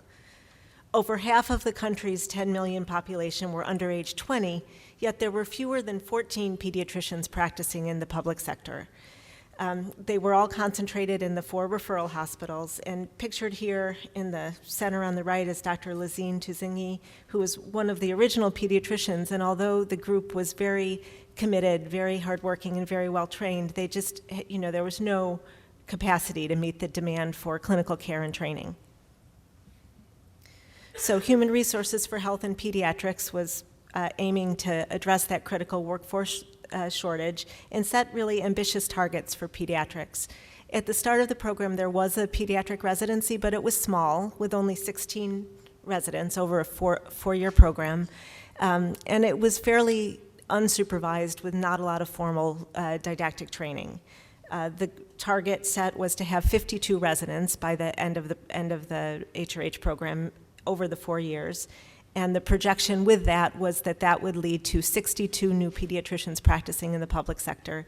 And then a corollary target was to increase the number of pediatric subspecialists, which started at 2, to 10 by the end of the program. So it was, Boston Children's Hospital was honored to be invited to participate in the consortium, and it was very clear to us from the beginning that we thought that we would be benefiting Rwanda. What was a little less obvious, at least to me, was the really significant positive impact on a growth of global health systems and staff at Children's Hospital. So although we've had many faculty participating in global health, we did not have kind of formal programs of this scope, and we had fairly limited systems to support that. So one of our first jobs was to really figure out, what do we need to do to be successful in participating in HRH? And we had some questions. One of our first questions was how to recruit and make decisions about who are good faculty. And we were doing this collaboratively with our Rwandan colleagues, and there was really not always consensus on that. Did we want recent resident graduates who had good acute care skills and a lot of flexibility in their timing and could be there for a long time? Or did we want mid-career faculty with more experience but who had time constraints? Was global health experience important, or was it really more about a certain temperament for global health work? We also had to think about, you know, our systems for employing and sending faculty to work abroad. Did we have the human resource and administrative systems to support that? And then once they were there, how did we support them? Our faculty abroad were BCH employees, but were reporting directly to the Rwandan department heads. And as issues arose, how did we negotiate with our colleagues the supervision and mentorship? And then we really needed to learn what was the impact for clinicians' responsibilities, both positive and negative, at BCH. And so were we successfully able to answer those questions? Well, the answer is yes. Boston Children's Hospital has had really significant participation in HRH. From a pediatric standpoint, we've had 4 general pediatricians rotate for year-long periods, 2 of them repeating for multiple years. And we've been able to send 10 pediatric subspecialists for shorter-term rotations. And that aspect has been particularly valued by our Rwandan colleagues, and it's a great fit for Boston Children's, where we have a large number of pediatric subspecialists. From the pediatric anesthesia and surgery perspective, Dr. Craig McLean is the lead specialist for anesthesia and has coordinated the recruitment Harvard-wide, but particularly for pediatrics, we've had 2 pediatric anesthesiologists rotate to Rwanda, 1 general surgeon who has been there for 3 years now, and 1 pediatric ENT physician. So one take-home lesson for me, while we were aiming to build capacity in Rwanda, we really built capacity at Children's Hospital as well. We really improved our human resource systems to deploy faculty internationally. We gained good experience in identifying and preparing candidates. And just the structure of HRH really reduced a lot of barriers to participation. I think that we, with the financing and with the defined teaching role, we were really able to expand the pool of people who would even consider participating in global health work, and have really grown a cadre of experienced clinicians who are still there to support Rwanda and to support other partner sites. Another advantage to us, and I believe to Rwanda as well, has been the growth of bilateral training exchanges. And this photo pictures Dr. Emmanuel Ruziniza in the center. He's been twinned with several of our other HRH faculty, pictured here, Samantha Rosman, Daphne Ramey, myself, and Diane Stafford. And he was able to come for a 2-month observership at Boston Children's, which was very successful. He was able to build his capacity for clinical cardiology skills, but as a regional expert in rheumatic heart disease, he really helped to train our trainees as well. And again, that period here led to some other collaborations around medical education and research. We have other observerships in the works, one in developmental behavioral pediatrics and one in neurosurgery. We've also been able to send Boston Children's residents for several electives in Rwanda and had HMS students participate in summer projects. And then finally in anesthesia, I think HRH was one of the things that helped prompt the development of a global pediatric anesthesia fellowship program. So let me shift now to talking a little bit about the impact of our participation in Rwanda, and I just wanted to acknowledge the entire pediatric consortium, which in addition to Boston Children's and Harvard includes Brown, Dartmouth, Yale, and Duke universities. Our activities while we're there as faculty include teaching at the bedside, in the classroom, and in kind of special skill and simulation sessions. Really a core piece of part of the model has always been this concept of twinning, and although I think the one-on-one twinning has not always worked as imagined in the pediatric piece, it's growing as new pediatric faculty come on board, and that core concept of the bidirectionality of the learning has really been critical. There are some obvious features to that. Our faculty learn a lot more about tropical disease and in practicing in a setting with limited diagnostics, they're really honing their physical exam and history skills. But I think there are other subtle areas as well. I've had the experience personally over the last few months of teaching a number of topics that are really embedded in cultural contexts, such as developmental behavioral pediatrics and sessions on communication skills and social medicine and ethics discussions. And planning those sessions with my Rwandan colleagues has really been illuminating for me. It's helped me, it's questions a lot of my assumptions about what are best practices, and I think helped me really refine what are the cross-cutting kind of teaching principles in those areas. So it's that bidirectional piece has been really important. So has our participation across the pediatric consortium been successful? I think just in terms of pure numbers, the main goal was to really build workforce capacity in pediatrics. The answer is yes. The residency program has grown from 16 in 2011 or 2012 to 53 residents currently across the 4 years of the program. And with that enrollment, there's a projection that there will be 63 new pediatricians practicing in the public sector by year 7. Have we improved resident knowledge and skills? As in surgery, the HRH faculty began giving residents the American Board of Pediatrics in-service exam. And you can see, it's a little complicated slide, but the first 2 years, the orange and the blue line scores were relatively low. The gray line, the largest line, is the first group of residents that started with year 1 in HRH and are just graduating, and they've really had significant improvements, and so we're very excited about that. And then what do the residents think? One of our BCH faculty has been conducting an annual resident survey to give feedback on the program, and this is a complicated slide with lots of data, but some of the features, the postgraduates believe that the HRH program has improved their clinical skills, 90% agree. They feel like they now have clear learning goals and good opportunities for research and scholarly work. Now, just to shift finally to one of the hopes of the HRH program had always been that the institutional relationships would lead to other academic collaborations around research and innovations in medical education. And I just want to talk briefly about some of the work that's been done with Boston Children's Hospital faculty. So Boston Children's has a strong and engaged simulation program, and that's been one area where faculty have worked pretty extensively in Rwanda.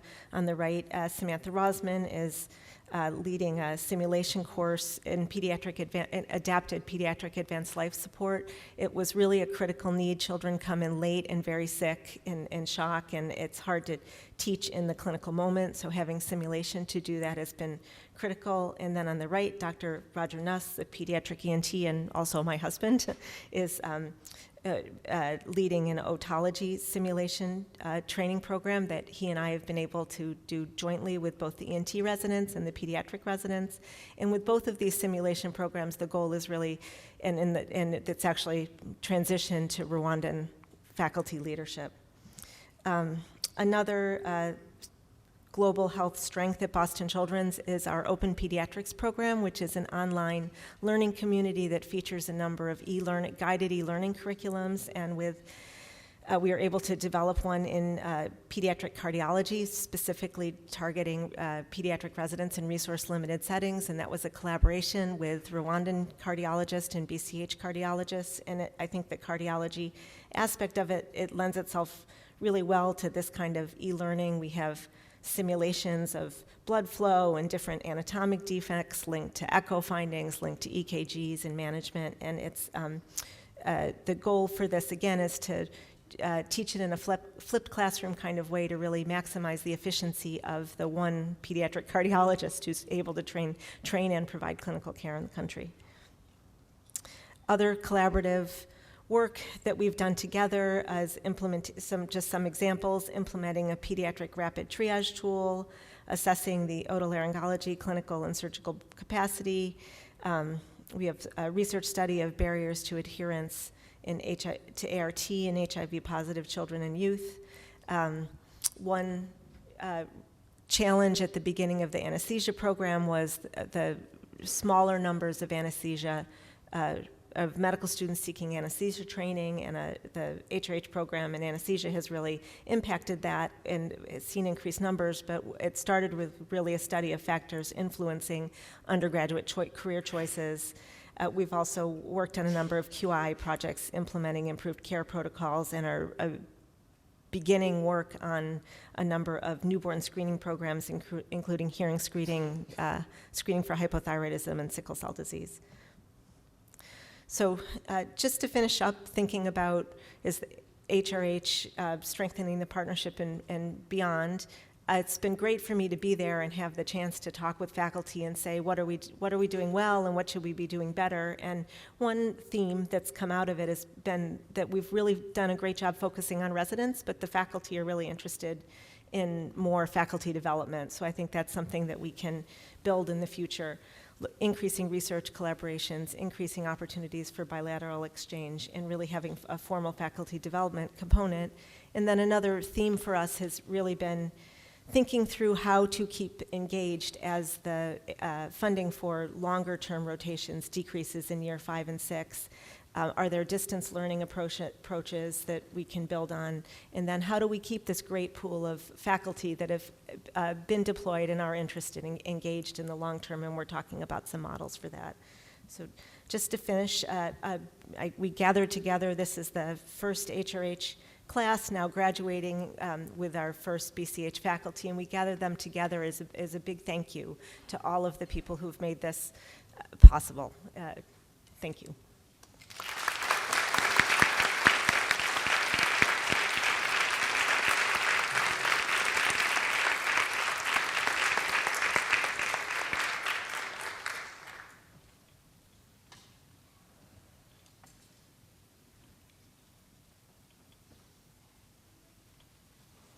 We're going to get the Honorable Minister on the screen. How about everybody just stand up for a minute? Don't leave the room, but take a quick stretch. And Paul and Ira, could you come up front?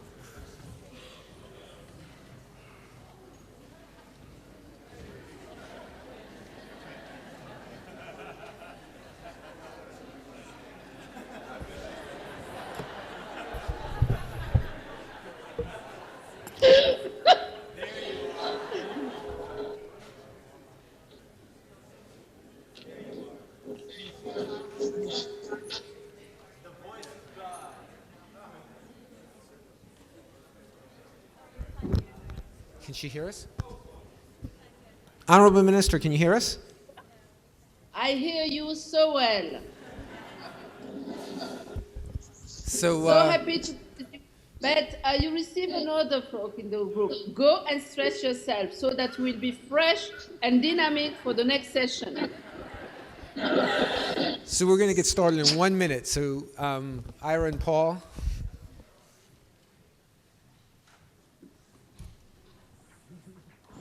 La voix de Dieu. Oh, so good to hear you, my brother.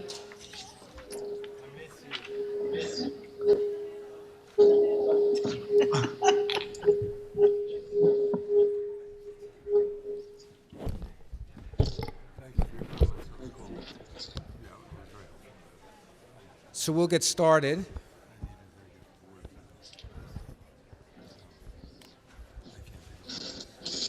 So our goals for this session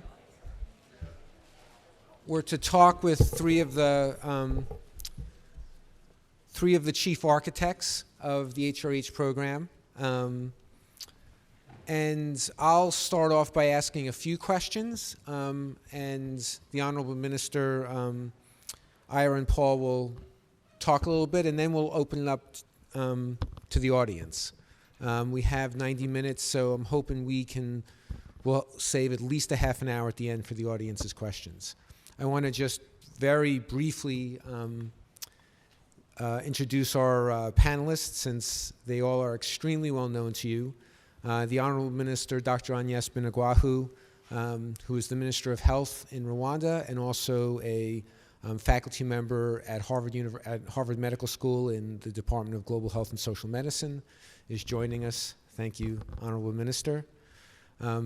Ira Magaziner, who is the CEO of the Clinton Health Access Initiative, and Dr. Paul Farmer, who is the Kokoltronis University professor at Harvard University and the chief of the Department of Global Health and Social Medicine, Harvard Med School, and the chief of the Division of Global Health Equity at Brigham and Women's Hospital.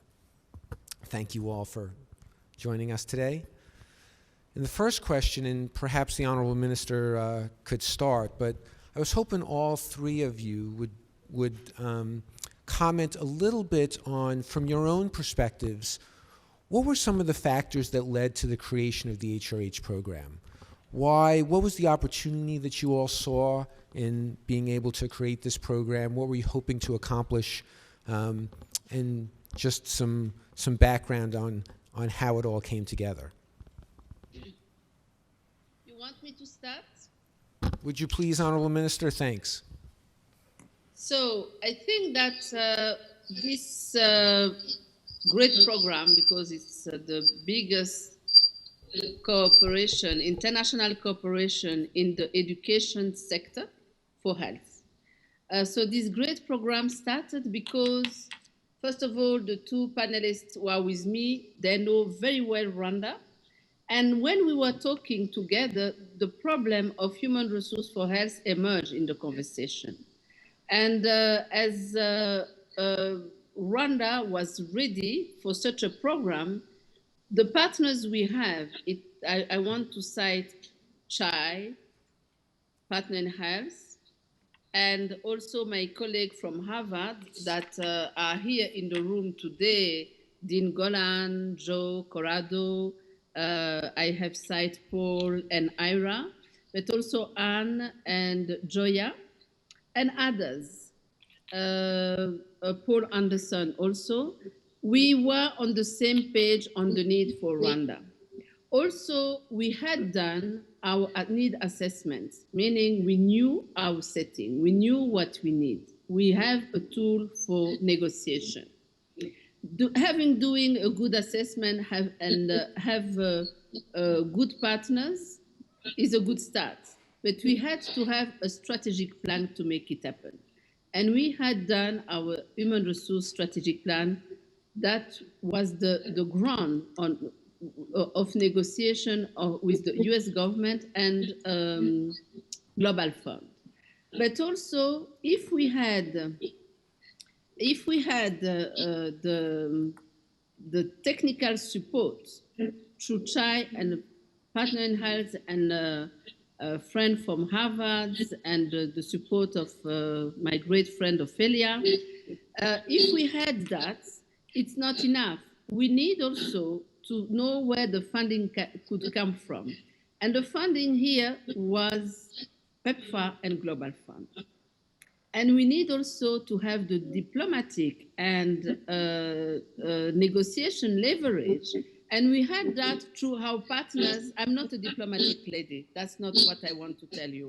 But I had friends, Rwanda had friends who can negotiate with for us to accept that money from PEPFAR was diverted to immediate care because Rwanda was able to provide the care in biggest quantity, in a cheapest way, and with the money we save, we can now contract American universities. But this also was possible thanks to President Clinton, because President Clinton went and visited each president of university one by one. We started with 13 universities that were called here, where you are, in Boston, to explain the program in a meeting chaired by Ira. And those 13 universities became 17 and now are 26. So partnership, knowing your setting, having a good strategic plan, having the capacity to implement that, and also having good governance in country to allow the development partners who finance to trust you for this new funding channel. Having dedicated Rwandan to implement the program, and also all those people I'm talking about are people who are used to think out of the box, are ready to not to do business as usual, and are open to innovation. And also, it's a team of people across ocean, global leaders that trust each other. Thank you. Ira Paul.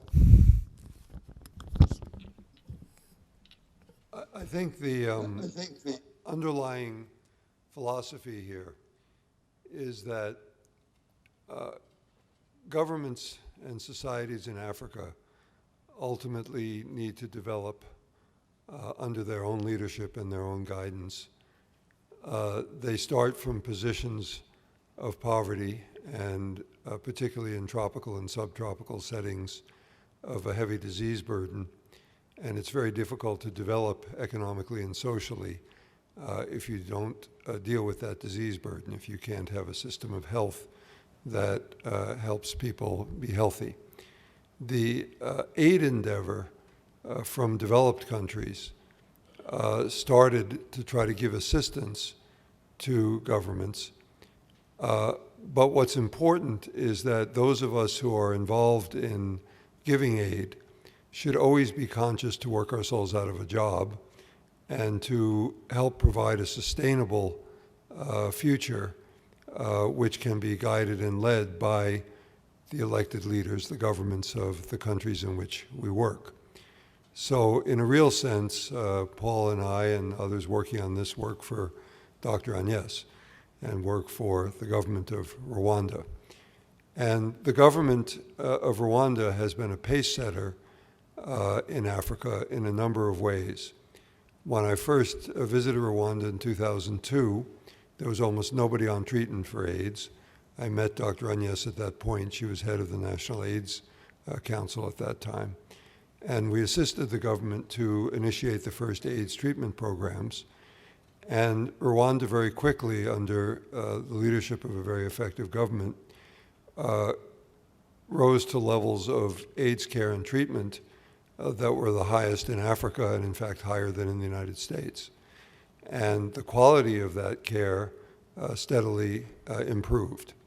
Paul and PIH came a couple of years after we started the AIDS work and set up very effective programs also working in cooperation with the government. And PIH, I think, is exemplary in this, in that though they set up their own institutions, it's always in partnership with government. It's never done off to the side as some separate private undertaking. And the learning from and effectiveness of what PIH did, which the Rwanda government then seized on to try to scale up its own healthcare system and to learn from that was important.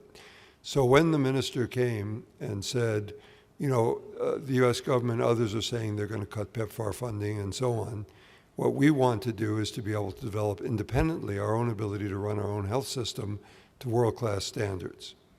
And there were two key elements. One, first and foremost, which is we have to have enough educated doctors, nurses, health managers, dentists, and so on, to have a world-class health system, to have our own people instead of having to rely upon foreign doctors who come and visit.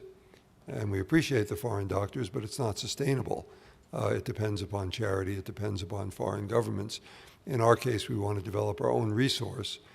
And we knew that the Rwanda government, if they were going to set their minds to it, and this minister in particular, could get it done.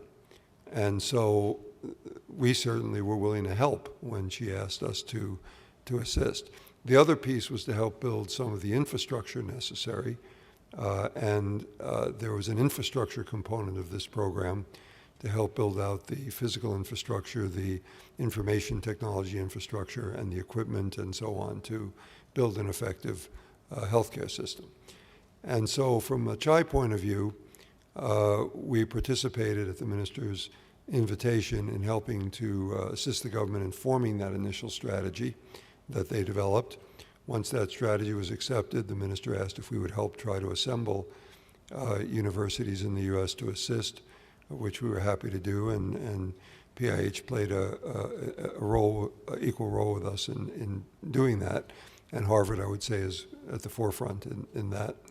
And then in trying to persuade donors to put money in. Now, one of the things we did in persuading the donors, and this is a separate topic, but we can come back to it later if you're interested, is that historically in aid projects, the overhead rates that are charged are quite high by contractors, 25, 30, 40% or higher. And in this case, we wanted to try to be efficient and effective in the program. And so we asked the universities to accept much lower overhead and administrative rates than would be normal in light of the fact of what we were trying to accomplish here in order to make it affordable. And Harvard and the other universities agreed to do that. And that played a very big role in this. And the other key piece was that instead of the U.S. government doing what it normally does, which is funneling their money through a set of U.S. NGOs who then decide how the money gets spent, they agreed to funnel the money directly to the Rwanda government. And so the Rwanda government administers the system, and the universities are contracting with the Rwanda government. And again, from our point of view, that was all a step in the right direction because what we're aiming for is sustainability. We want to work ourselves out of a job here, ultimately. And at the end of this program, while I hope there will be very good, and I think there will be very good relationships forged between the U.S. universities and the Rwanda educational system, the goal here is that they will then operate as equals. They'll be your partners in Rwanda, the universities, the schools, the ties will stay, but now they will be equals participating in this global environment and no longer dependent upon what you can provide that they don't have. Similarly, when we got this started administratively and so on, we pulled back as CHAI, and the Rwanda government took over the administration. We came back in to support the evaluation that's taken place recently, and then we'll pull back again. Because again, we're not an industry, we're not a business that's trying to keep ourselves in business doing specific things. We want to try to start things, help them become successful, and then move on to the next thing so that the things we start are sustainable on their own, and that we think should be the goal of all aid. So let me just conclude by saying that I think that the key elements here was a Rwanda government that was willing to be courageous, willing to take new steps, willing to forge new ground. There was a question earlier on that I'll give an answer to, which is that, are there other countries interested in this? I can tell you that there are a dozen countries, CHAI operates in 34 countries, there are a dozen countries in Africa that have approached us that want to do this kind of program in their countries. And Liberia, we think, will be next, but then there are many others, Ethiopia, Zambia, I could go through a long list, that want to build on this program. And the consortium that has been formed of the U.S. universities that Corrado is now heading, we hope can be a vehicle to help expand the program into other countries, because it's essentially a key element of development and a key element of sustainability for the health systems in those countries. I was, as I was hearing these stories, and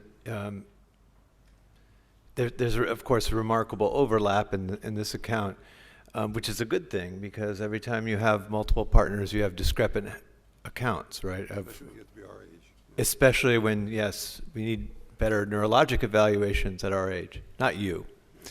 But, you should really take the sort of the hub model of analysis. 1, H. History begins usually whenever someone gets involved personally. That's when they start the beginning of the history of a project. Umbrage will be taken, the U. I have a whole thing that goes all the way hub and spoke, but I won't do it. And B, it's not in the budget. Those are the things that you're really working around. And I will just say this, we all started working together significantly before 2002. Agnes and I were lucky enough to meet and work on a policy initiative in her first trip ever to Manhattan, which was writing the MDG, one of the MDGs, which she chaired the AIDS committee. She's also a pediatrician, as you all know.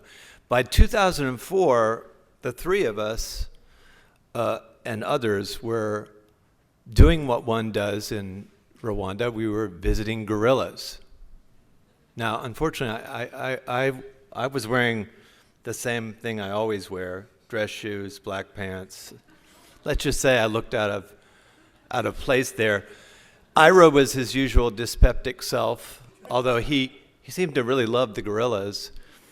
And Agnes had on, I remember, those boots, galoshes. And there we were climbing up the mountains, and we were talking about this. We were talking about the human resources crisis in Rwanda, in healthcare. And these two had a lot of very shared ideas. And again, Ophelia is here as well, and Joya was around, Michael Rich. We really shared a philosophy about the dignity conferred by service to others, including service as a nurse, a physician, a manager in healthcare, and the crisis that Rwanda was recovering from still. I mean, when Agnes banished us to the district of Ringwavu, anytime she came to visit, which was often, usually doubled the number of pediatricians in the district from 1 to 2.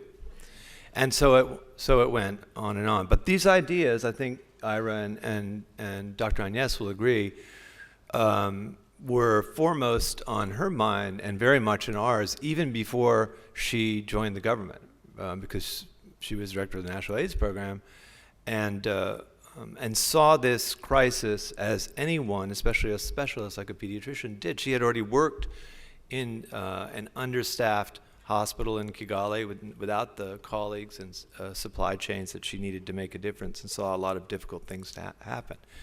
So the question was, in her view, and I think in that of Partners in Health and Child Leadership, was what's the order in which one gives shape to a program like this? And let me just say this, there was a deep animus towards this idea among the public health community and development specialists. And there still is, by the way, very interestingly. That is that it is not a priority in a place like Rwanda to train, let's say, oncologists.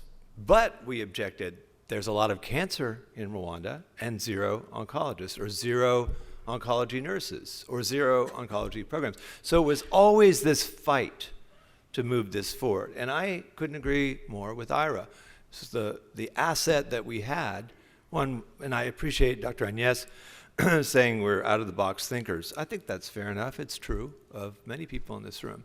But the asset we had was the quality of leadership, or NAS, that we had in Rwanda, in the Ministry of Health, and in the government, and in the aspirations of the district level governance as well. That was completely, and that was the key to moving from a basic healthcare system focused on community health workers, clinics run by nurses, a handful of physicians, as you saw, and very few subspecialists, moving from there to the aspirations that were laid out in the human resources plan that the ministry and CHI put together over the course of 3 years. It took to write that plan, and Partners in Health was very proud to be part of it. And that was the basis, I think we could agree, of HRH. It was laid out in that plan.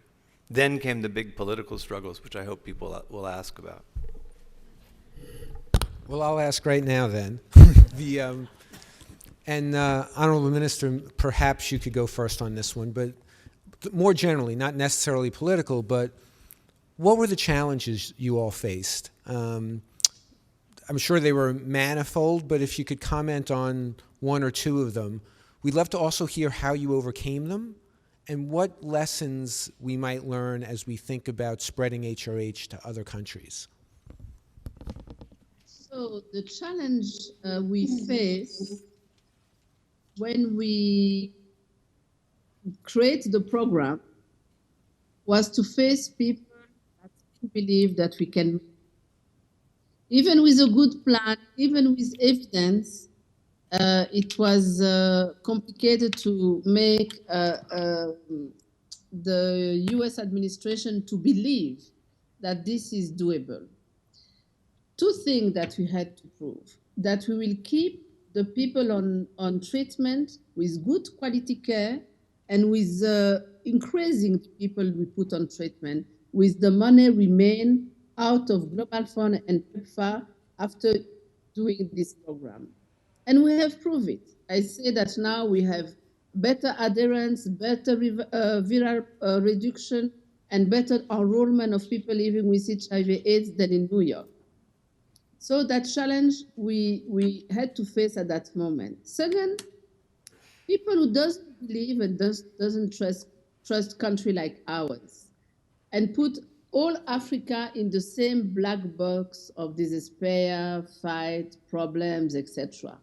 Not a country like my country, who have adopted the majority of the people in this room, the room that I can see, that is forward-looking for knowing that if we don't build the health workforce now, we will face a crash in 5, 6, 7 years. So we needed a lot of advocates in Washington. We had to advocate a lot inside the U.S. Embassy and with our partner in Rwanda. And at the end, we made it.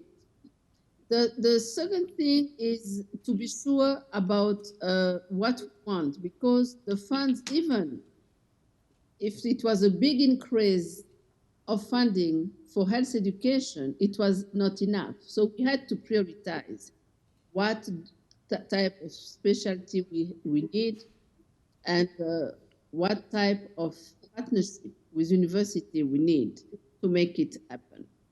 So we had also to create a model. We went for the twinning model, one American, one Rwandan faculty. So the American can transfer skills to the Rwandan faculty while teaching Rwandan students and Rwandan residents. So this model was not the best one because we had to twin very high qualified people that we don't have in Rwanda, and it was not always matching well. So we created some frustration. But we changed the model and we have improved it. And it's the challenge to do something for the first time. We succeed. It's a huge success. You should see the improvement we have in service delivery due to the better education and the presence of American faculties in our teaching hospitals. Not only the 3 usual, but also the 3 new referral hospitals. There was also a challenge of communication. You know, you people there in the US, and especially at universities, sometimes we don't understand your English. And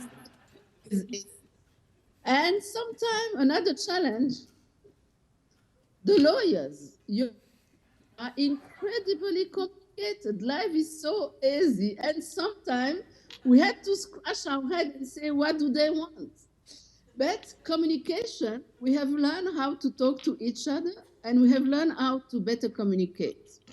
Another challenge is to align the equipment needed for transfer of skills and education with the equipment we had in the health sector in Rwanda. So we had to do a lot of procurement, and there was some delay in procurement, and this also is something that we know that another country should plan. But we know that if the country knows what type of health professional we need to educate, and if we found the right partnership in the country that come and help us, those lessons to better plan the model of trainings, to better plan the procurement of equipment. Now that we have paved the way, the time to sensitize development partners, the countries that help us in our development, this now we have proved that is doable. We have people will no longer go in that fight. So those are some practical problems we have found. Some were very big. and some were just overcome because of the great partners we have in your country. Many has been overcome by the advocacy of His Excellency, the President Paul Kagame himself. Many have been overcome because of the personal relationship we have with some of you. Many of Rwandan have with many of our colleagues in the US. So all these are lessons that need to be taken for another countries. They need to have the tools, meaning a human resource strategic plan, a way to implement it. They need to have dedicated national people to implement it. They need also to be ready to more exchange and communication with the US university to be on the same line. If not, you know, it's like when you have flip-flops and you walk in the water and you don't know how to catch up with your foot. But we have overcome all this, and it was a great partnership. It's still, because we remain 4 years now. Thank you, Honorable Minister. Ira Paul? How about you? You do the political stuff. I'll talk about universities. We're on the record here, and so I want to be careful. I'm not known for my diplomacy. Let me try to put it this way. So, part of what we were trying to do here, the U.S. government had an avowed intention that the governments that it funds through PEPFAR and USAID, that the funding would gradually reduce over time, and which is a good goal, actually, because, but it has to be accompanied by a building of the capacity in the country to take over, right? And if you successfully make that transition and it's effective, then that's great. I mean, that's what it should be about.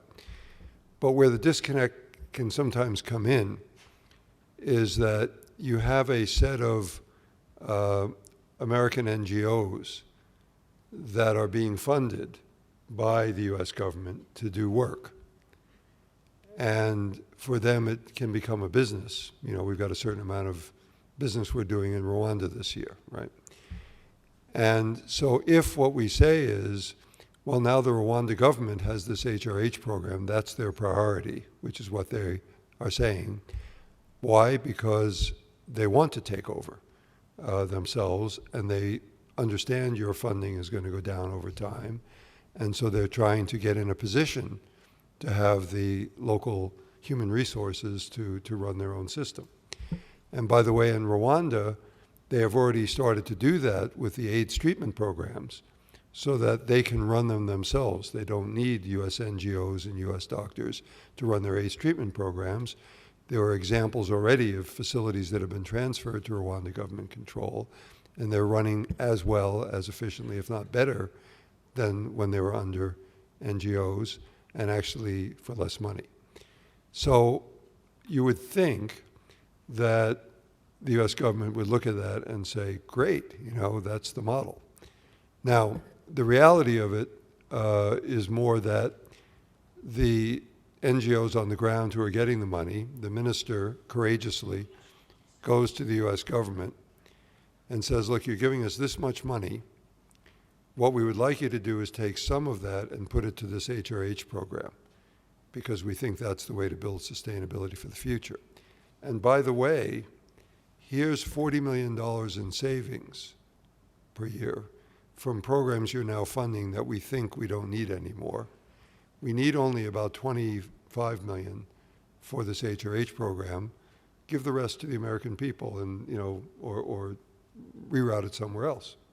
Okay, so she comes to them with a plan to say, here's things we don't need, here's our priority, and by the way, there's savings here that you can take back.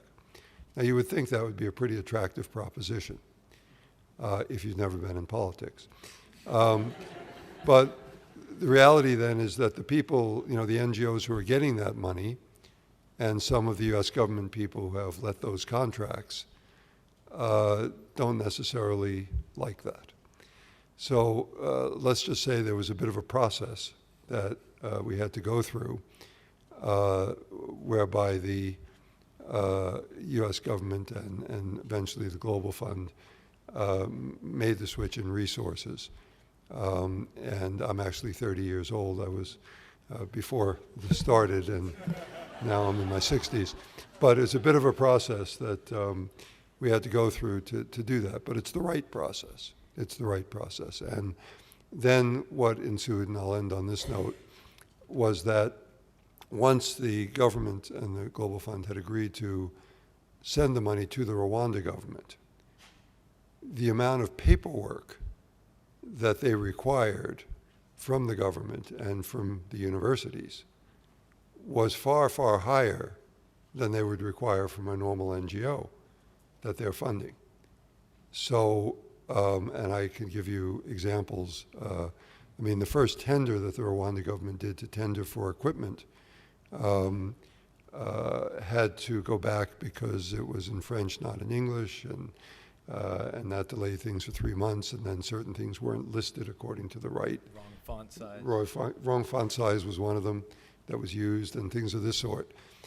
Kinds of things that were, let's just say pedantic, to use a nice word, about how this all had to be done. Delayed us 6 months, delayed the program 6 months because of having to retender to make sure the paperwork was right.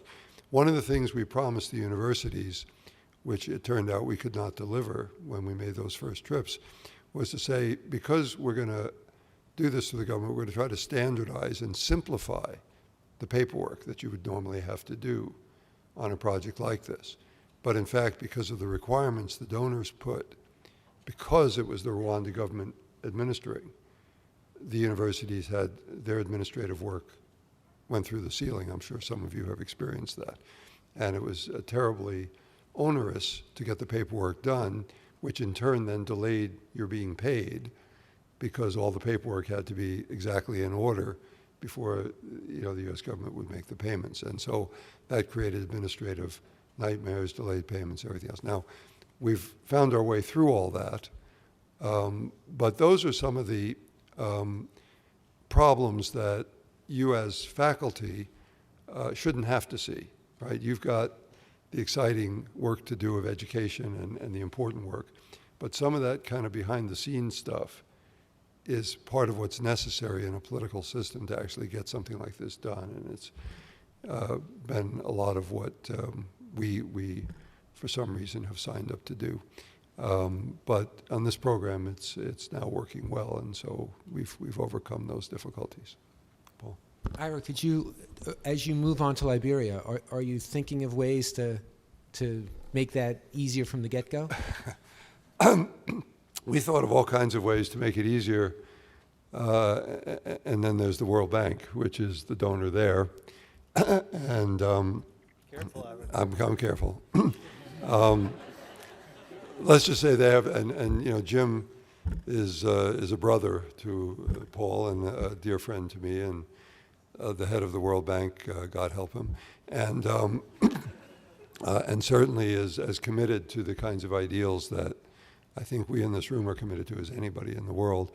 But making a big bureaucracy like that work is not simple. So the answer is yes, we thought of it, but ultimately any program like this in any government is at the mercy of what the normal rules are in the organizations that are funding them.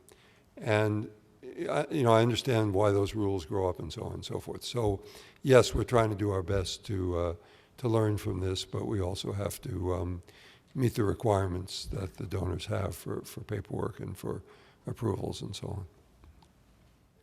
Well, I'm going, speaking of big bureaucracies, I'm going to switch to ours. But with some pride, I might say, because inside Harvard and its institutions, we've had remarkable champions, and I want to return to that in a second. But, when I think about, a friend like Brian Swan, who's going to do God's work training Dennis over there, or Rob Riviello, who's not only working with surgeons but generating new knowledge. And I hope the first thing you think of are not either these stories of, the trouble it was and is and will be to continue this model of work. We don't, like you said, that should be hidden away from the Bethanies Bethany has 30 research projects going on right now in Rwanda alone from here. So I don't know if these histories will ever be written. Any anthropologist, I think Adia would, Adia was onto something, although the boys there, they answered briskly and defended themselves as well. This is an equity project. That's where it comes from. That's what Dr. Agnes and Ira and all of the many participants were focused on is equity, which required addressing a crisis, which is diminishing very visibly.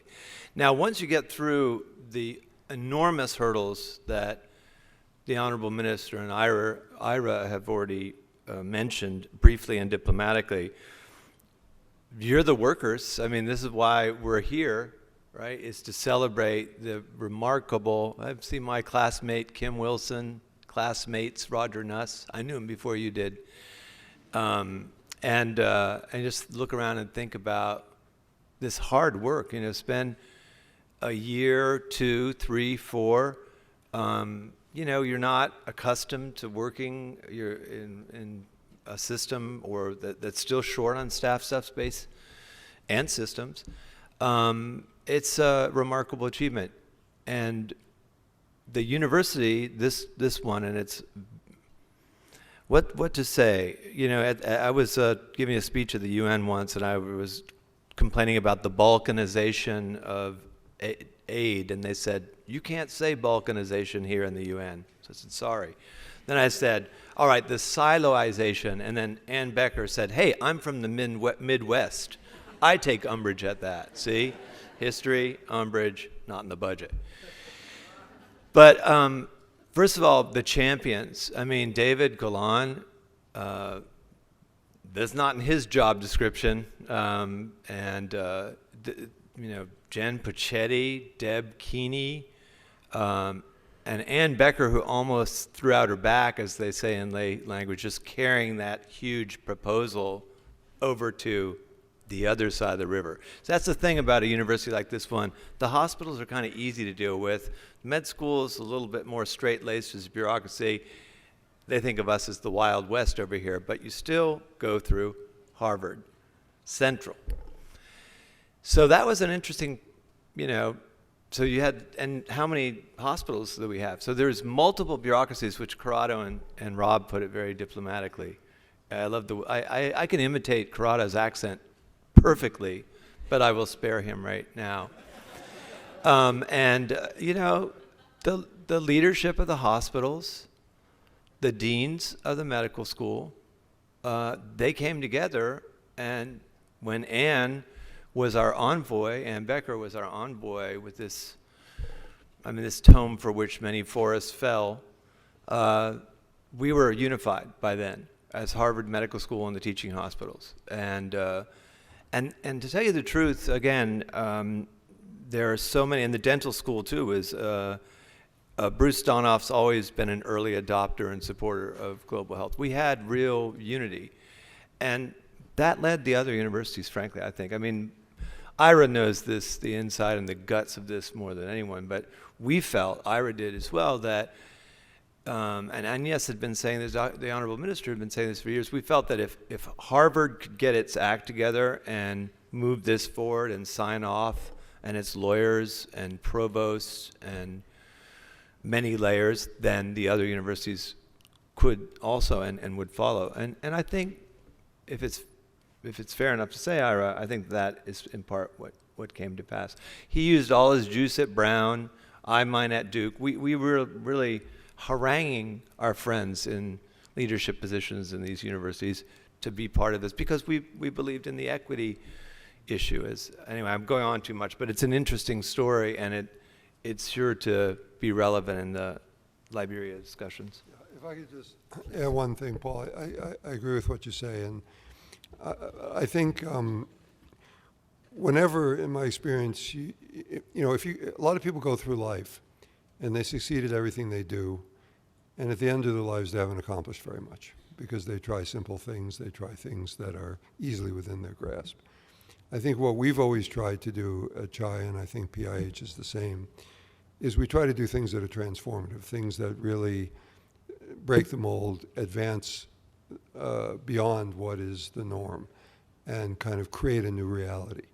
And when you're going to do that, you're going to piss some people off because there are people that are used to the way things are, and you're going to do something differently. And B, you're going to have to be unreasonable because you're going to get walls put in front of you every month that nobody contemplated at the beginning. And you've either got over them or under them or around them or through them if you have to, and keep going. You can't let the walls get in your way. And thirdly, you have to have a level of persistence about you and a level of clarity about your values and why you're doing what you're doing that sustain you. And I think if there's one, so all these difficulties that you asked about, and so we answered, that's what you get when you try to do something really new and different and break new ground. So I don't think any of us are complaining about it. It's what you expect. It's what you have, and then you get through it. And then after you're finished with it, the people that initially opposed you are the ones that are out there taking the most credit, which is fine. But because by then you know you've made it and it's succeeded. Now, we haven't gotten there yet with this program, but we will eventually. I think, so I would urge you all, the values that I think Paul alluded to that we share and which Paul has written eloquently about health equity. I mean, because you are poor and you happen to be born in a poor area of the world, and because you might have had an encounter with the wrong mosquito or whatever, you don't deserve less quality care than anybody else in the world who happens to be lucky enough to be born rich or not have encountered that mosquito. And basically, it's that sort of move towards health equity and to give everybody the opportunity to realize their potential and realize their dreams no matter where they're born. Intelligence and hard work is spread all around the world. What's not there is opportunity equally. And so I think that shared values, which you've written eloquently about, which the minister has lived in her life, and which we try to aspire to, is what the motivation is. And once you have that, then obstacles are just what they are. You kind of work your way through them and keep moving. Now, Joe, I can agree more. Joe, I can agree more. And in Rwanda, it's our day-to-day life. I would like to recall that after the genocide, the 1994 genocide against the Tutsi, no one almost was believing in the future of Rwanda. And we came together, we decided to reinvent the future that was denied by this period of our life, and to create our future by innovation, thinking out of the box, doing what nobody was expecting to us, because we believe that each and every one deserves the best. And equity is our motto. So that's why we have so many philosophical values that make us work so well together. And I know this is just to pick up on this, which continues to inspire me deeply, that what that will do, the shared value, the values that Ira laid out, what that will do not only to move forward the vision, but to keep together partnerships and alliances, because they're really forged on something very powerful. I mean, yes, there are lots of difficulties, but this kind of partnership is forged on shared convictions that may or may not come up in your everyday life.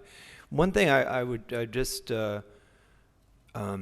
say to all you heroes of HRH who are here in the Harvard community and have spoken so beautifully today and so compellingly.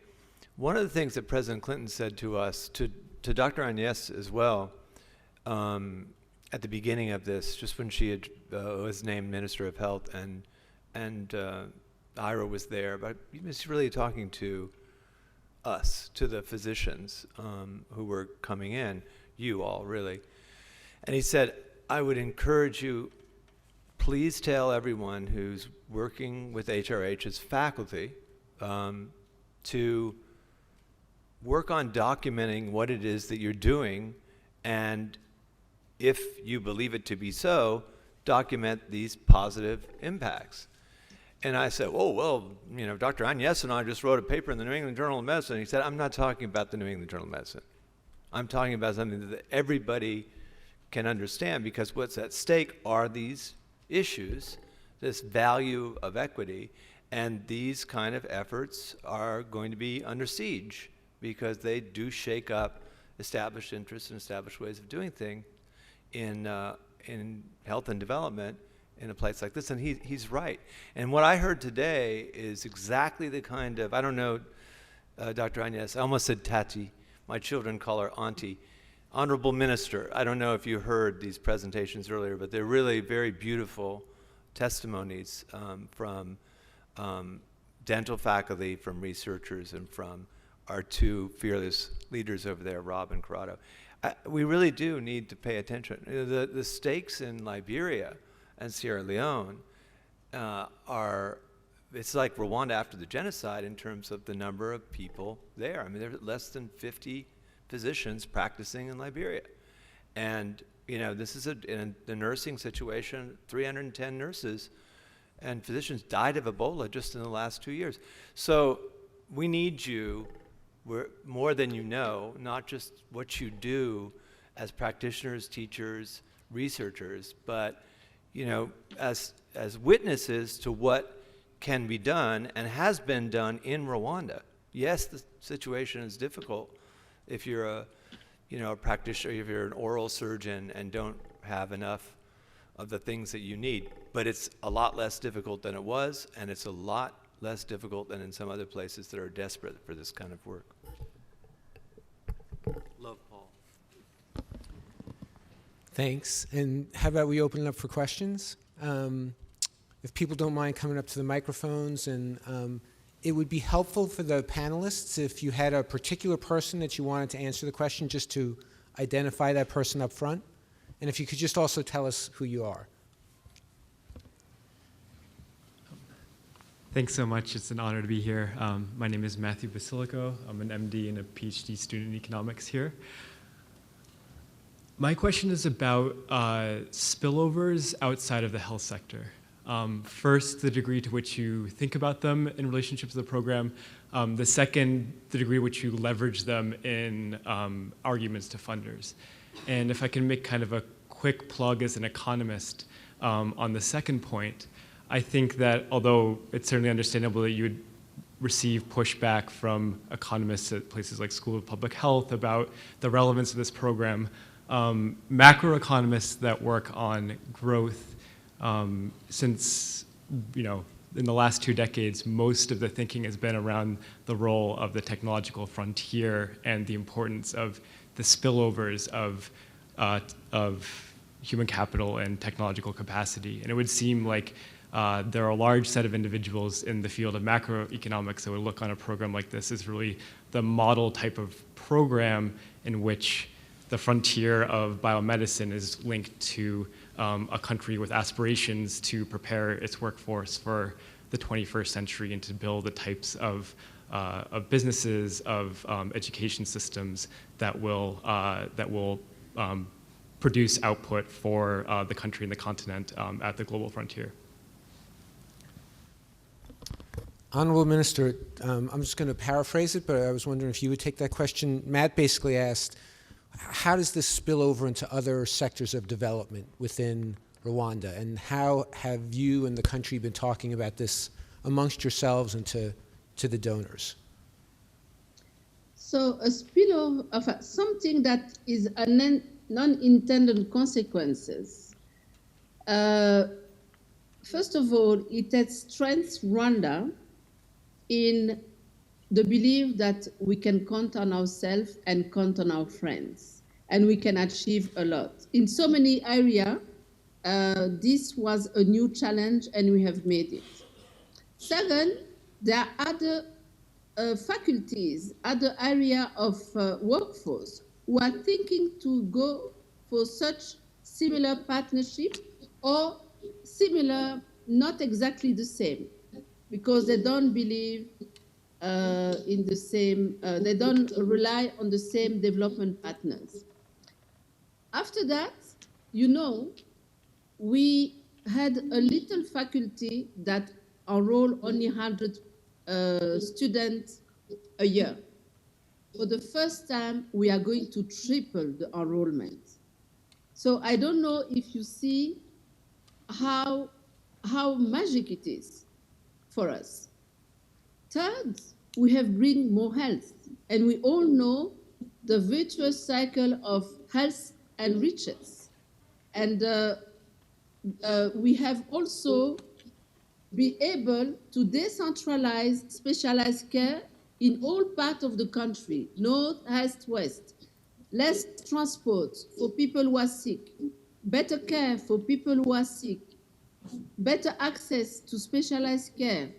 This also have stabilized doctors and other professionals in remote parts of the country. This is key for the development. We cannot measure it. It has also attracted other education, other university to come in Rwanda. I'm not going to talk about university of that we have created with Partner in Health in Rwanda, but this environment creates something so vibrant and innovative that we cannot measure it in an economic basis. But I know that the outcome of that will be incredible. Thank you. There was a period of time when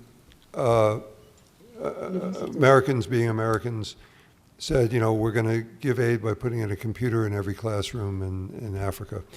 And there were some studies done in Kenya in elementary schools and junior high school level students. And the actual greatest predictor of educational attainment was A, whether there was something to eat during the day, whether there was a school meal, and B, whether there was health care. Because kids were sick, they were coming barefoot, getting worms in their feet and so on. And I say that to say that the development of a health sector is fundamental. In Africa, where we're working on a project now in Rwanda, where we went Rwanda first to try to combat chronic malnutrition by having investors build the first factory in Africa that's going to be able to produce nutritious infant food and food for pregnant and lactating women to European, US standards. If you have 30 to 35% of your children who are stunted in their growth by the time they're 2 years old, their brain development and so on, and that can't be repaired afterwards, no matter how good their diet is. If you have that, how do you develop your economy to its fullest potential, right? So getting healthcare right is essential to economic development. There's no question about that. The other thing which Rwanda is doing, which Boston area has done, is recognizing that a medical education complex and high degrees of medical education can lead to a medical and biotech industry that also can bring economic development. And when you're a smaller landlocked country, being able to develop in an area like that with the human resources educated in healthcare and in bio and so on is a great path to economic development. And so the government of Rwanda has also been building a biotech support structure to fit the health development. Joe, I know you want to go on, and I just want to pick up on one thing that the Honorable Minister said, which is very important, and that is, her words were, we found that we can count on ourselves and on our partners. And Adia Benton, who spoke earlier, has written a book which describes some of the costs of having the citizenry, and she did her research in Sierra Leone, of a country believe that good governance from public authorities is not only impossible, but also the partners, the humanitarian organizations, non-governmental organizations, also can't be counted on. So there's this neoliberal kind of trap, and I won't go off into it, but I think that's a very profound area, Matt, of inquiry for spillover effects, because you're restoring faith in the public health sector, in the public sector, and in medical care. I mean, look at the cost of having no trust, no faith in the medical system in Guinea, Sierra Leone, Liberia, and with reason. There was no reason to have faith in it. And that mistrust has stalled and more complicated the current events there. That's very different from Rwanda right now, and probably very similar to Rwanda in 1992, say. So another spillover effect. Thanks, Jenny.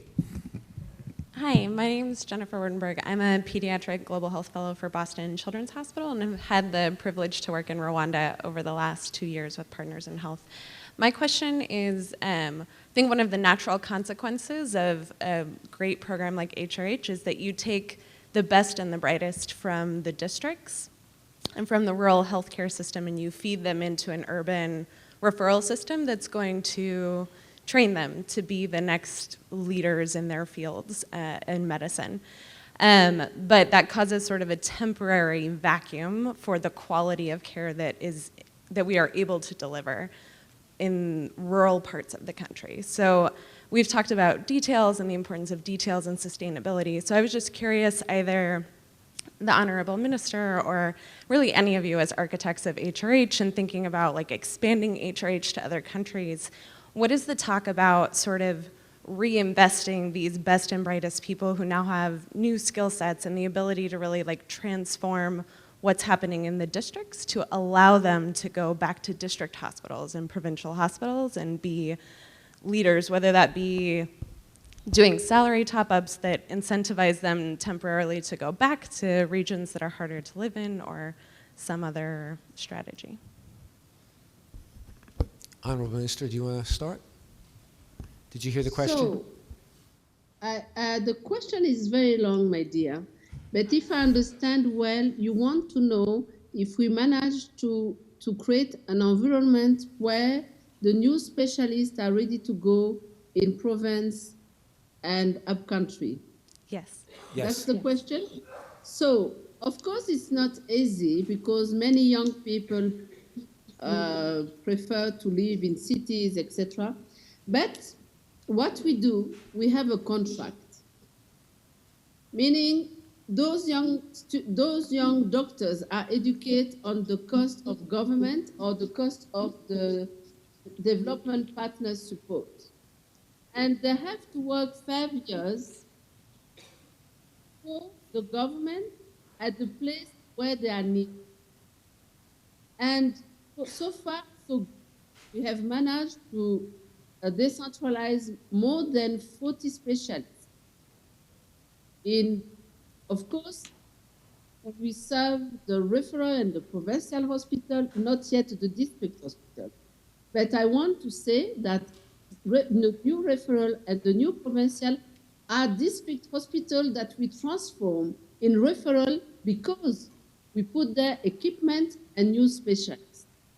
So the education is centralized, and even not so much for in 2 or 3 years, we'll decentralize also using tele-education.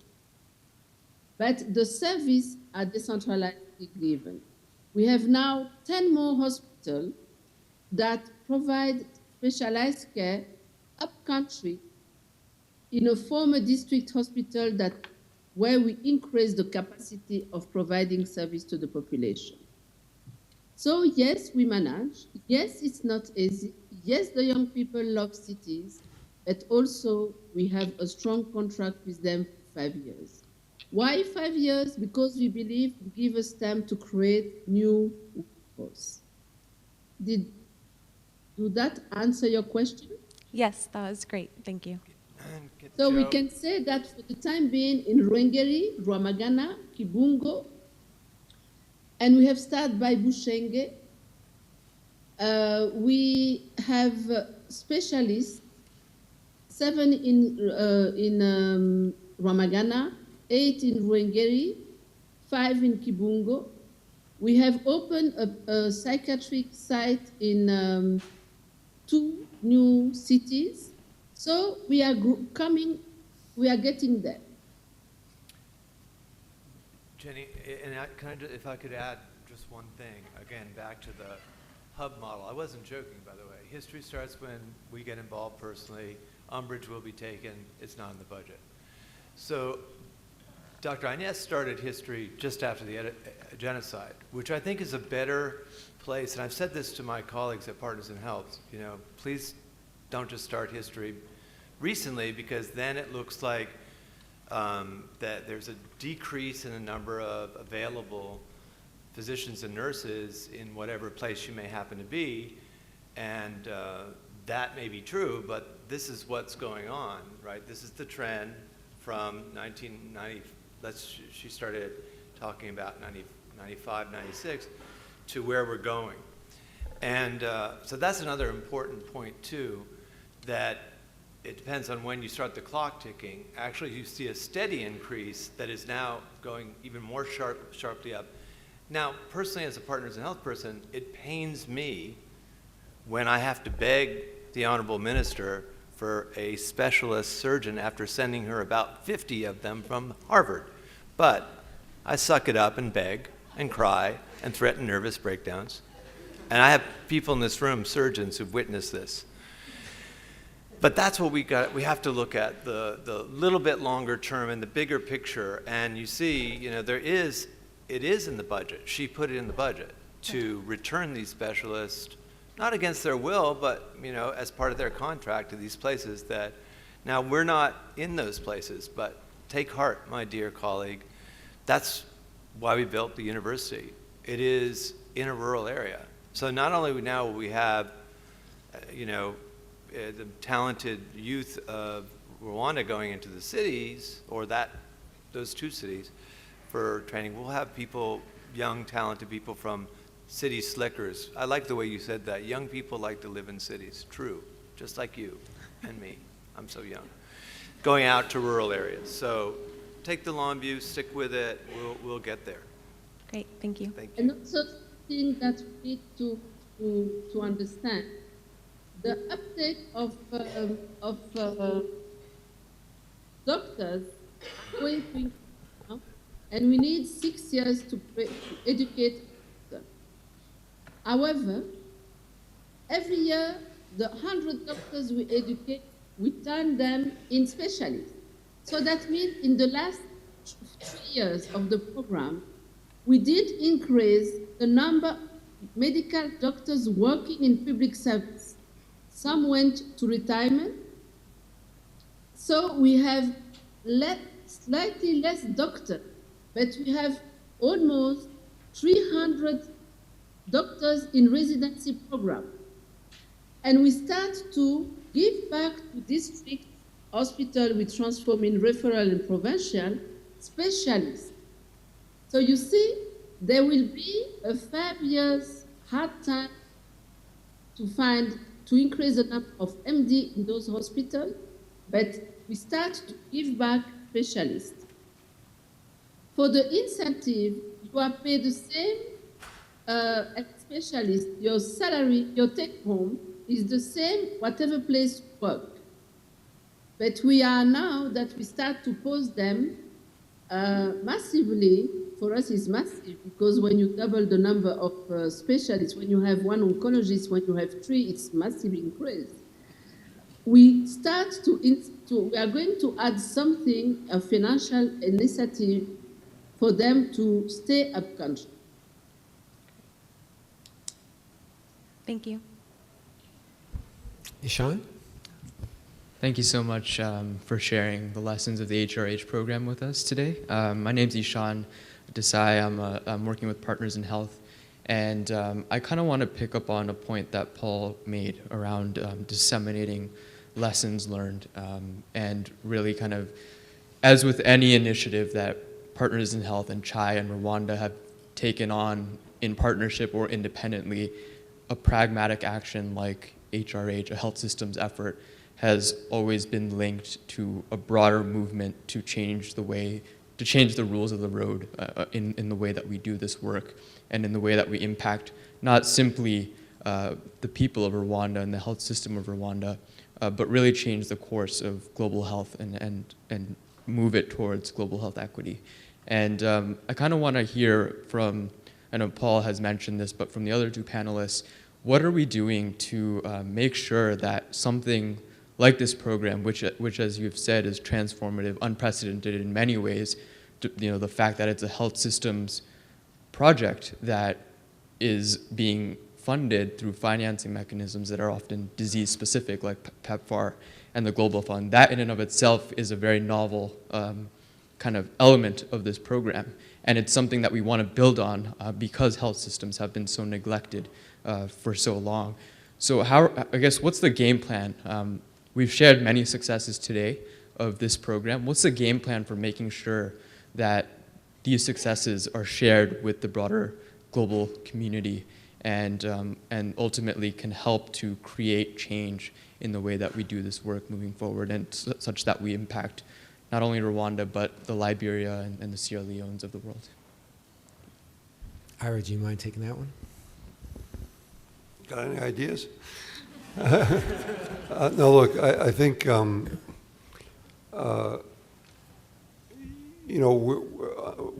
at the stage now where, the interim evaluation has come out, and it has shown the progress that has been made. It was also an honest evaluation. It showed things that could be improved, which are being worked on. That gives us a big tool now, because remember, this was born in some controversy in the global health community, as most things that are transformative are. I mean, when Paul and I first met in 2002, and I went down to Haiti to meet him, it was extremely controversial, even in this town, in areas not too far from here, to say that you could scale up AIDS care and treatment in poor settings. That was very controversial, as Paul will remember. And Paul was one of the early ones who said, yes, you can do it. And we sort of, when we came on the scene, we bought into that and said, yes, we have to do it, and so on. So, new ideas are often born in controversy, and that was very controversial. Now that we have the evaluation, we have a couple of years under our belt, and we're going to the next countries, I think these things can follow a trajectory upward where we can make the case that this is the essential path to sustainability of healthcare gains and the economic development that comes from those healthcare gains. And that's why when countries like Ethiopia and Zambia, and I can name a whole bunch of others, want to do this, we can now say, yes, there's reason why this works. And by the way, even if your Global Fund or PEPFAR or UNITAID formed for specific disease purposes, if you want your work to be long-lasting and not just have to keep replenishing every year to, keep your fingers in the dike, you need a program like HRH, because it's the only way that it's going to be sustainable. I think we can make that as a much stronger case now. We will make it as a much stronger case, and I'm hopeful that it will become more common wisdom. Just like today, it's pretty well common wisdom that we're going to keep scaling up AIDS care and treatment, and that you can do it in resource-poor settings, and so on. And 12 years ago, that was very controversial. I think we're at a pivot point here, where 3, 4, 5 years from now, doing a program like HRH won't be controversial. It'll be something that everybody understands needs to be done. So that's where we are. Thanks. Can I also add something on how we manage to disseminate it? I think that what we disseminate is more the principle behind such a program, its conception, its implementation, and the way we in partnership, we evaluate it, as Ira just mentioned, the midterm evaluation. But what has bring this program alive is the principle of integration. In Rwanda, disease-specific you know, because I know that you, Aishan, I know that you came in Rwanda. Disease-specific were always integrated in basic health care. So now what we have integrated is the vision of the future of that healthcare that cannot continue to develop without more health posts. And using that money, before you use the money of HIV to build the health sector, now we have used it to build the workforce for the future. And the other principle, another way to disseminate it is the creation Paul have done with his team of the University of Global Health Equity, where all those principles are taught. And now, starting next year, countries are bringing teams for executive course to learn how to do such a strengthening of the health sector. So there are multiple ways, writing, talking about it, but also educating. Thank you so much. My name is Manav Sevak. I'm an intern at the School of Public Health. So at the beginning of the talk, there was a lot of discussion about getting the right personnel to the right places. In instances when you can't get enough personnel or there is a shortage of personnel, what are your thoughts on the feasibility of using things like mobile technologies, so SMS, at facilitating, one, distribution of educational health information, and two, helping people manage their conditions? Dr. Farmer? Are you, well, you looking at me? I mean, my thoughts are that we shouldn't make that trade-off. We need those technology platforms, right? And they can also they can help not to replace the personnel we need, but they can actually help us with the training of, filling in the gap. So it's hard for me to imagine how such technologies would not be useful, including SMS. And Dr. Agnes has a great deal of experience. She was working on this when she was heading up the National AIDS Program a long time ago. My only comment is that over the last, editorial comment is over the last, especially for the last 10 years, there's been this really unhealthy enthusiasm for replacing human capital with technology. And we've seen it before over the centuries, and I think we should just be suspicious of that philosophy to save the world, click here, because we do have an obligation to address these crises. And the overweening enthusiasm for these tends not to be from Liberians, Sierra Leoneans, Rwandans, from Americans. And so I just say, pump your brakes, it's a line from a movie. And find ways to link the cultivation of human capital with the deployment of fantastic new technologies. Thanks. Yeah, Brian Swan, Harvard School of Dental Medicine. Wanted to address this and get comments about capacity building. Here at Harvard, we have really begun over the last couple of years with colleagues that are here with me in the room and trying to build capacity. The Honorable Minister had once said that more than 80% of childbirths are happening in a hospital or a community clinic. Donna Hackley reported on oral health that oral disease, and particularly periodontal disease, has an impact on low birth weight babies and preterm delivery. If we're talking about building capacity, what are your comments in regards to making sure that we're not just integrating healthcare, but we're actually cross-training? Training, in particularly with the nursing corps, which is the largest healthcare corps in the country, as well as your midwives. We've seen cases where children with cleft palates are being destroyed before they're 6 months old. We've seen cases where deciduous lower canines are being dug out by the traditional healers in rural areas.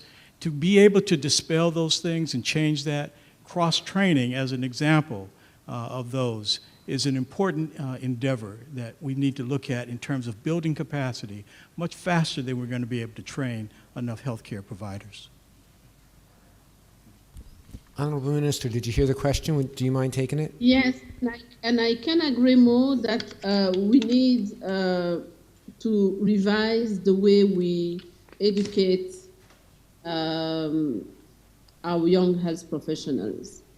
And I also want to say that in Rwanda, the program has found many health professionals that were not at standard. They're still there. The education level for the health professional bring service has increased tremendously. Where HRH is and new workers are coming, the level of is great. But in many places, it's not yet the case. So such a dramatic, fortunate condition will remain during a couple of years. We need to be conscious. There is a lot of improvement, a lot of better access to health, but still a long way to go. So I can agree more. Did I answer the question? Yes, yes. I think it's important to know that even here at Harvard, we're just beginning to do these things as well, with nursing, with pharmacy, with other programs where we're starting to really look at what are the common risk factors that we all should know and share and encourage our patients. Even when we talk about stunting, we know that orally and we know that nutritionally, we all need to work together to be able to combat those things. Prevention and teaching and training has to start at the root, and your nursing corps, I think, is important to be able to do that. Thank you. Thanks. And our last question? Yes. Good afternoon. My name is Dr. Ladan Basiri. I'm from Harvard School of Dental Medicine. Following Dr. Swan's question about educating basically the educators, what are your thoughts about educating the public? Because a lot of the national aids, I'm sure success is due to educating the public about what needs to be done. But in terms of oral health, I think talking about the traditional procedures that are being done on children and adults equally, what plans are in works for educating the public about necessity of integrating oral health into their regular medical care? Thank you. There is campaign to sensitize the population on hygiene and oral health. We still have, and thanks to you, our friends and collaborators, the dentist community, and I'm so happy that you are among the HRH team, because we didn't have a dentist, we didn't have a faculty of dentists, and now we start to educate them. So for us, before having at least one dentist for 20,000 Rwandan, we will be very far to reach the capacity to educate the population and provide the service and even check that the population needs. So we do sensitization, we put an effort on the faculty of dentists, and we push Rwandan to use oral health and hygiene for oral health, but unfortunately, in many parts of the country, they don't have yet access to dentist service. So thank you to be with us. So I'd just like to wrap up and thank the Honorable Minister, Paul and Ira, not only for spending time and being incredibly candid with us today, but also for your leadership and especially your wisdom in this area. So please join me. So before going, I just want to thank all of you. Before going, I want to thank all of you for having me. Hello to Bethany, I saw in the room, and all the people who are working and helping us to transform health service delivery in Rwanda. Hello, Raviello. And I cannot name all of you. My bro, Paul, I miss you in Rwanda. Bye-bye. And thank you so much, Ira. We need to do more, talk more about this program, and you'll see the dentists that will come in 10 years in Rwanda will not face the same problem that they face now. Thank you also to Harvard leadership that was really, really playing a big role in this success. Dean, bye, and see you soon.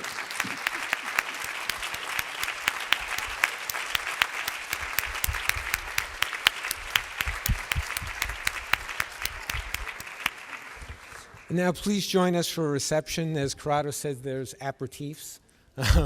But there's also some posters, and the faculty will be at their posters presenting them.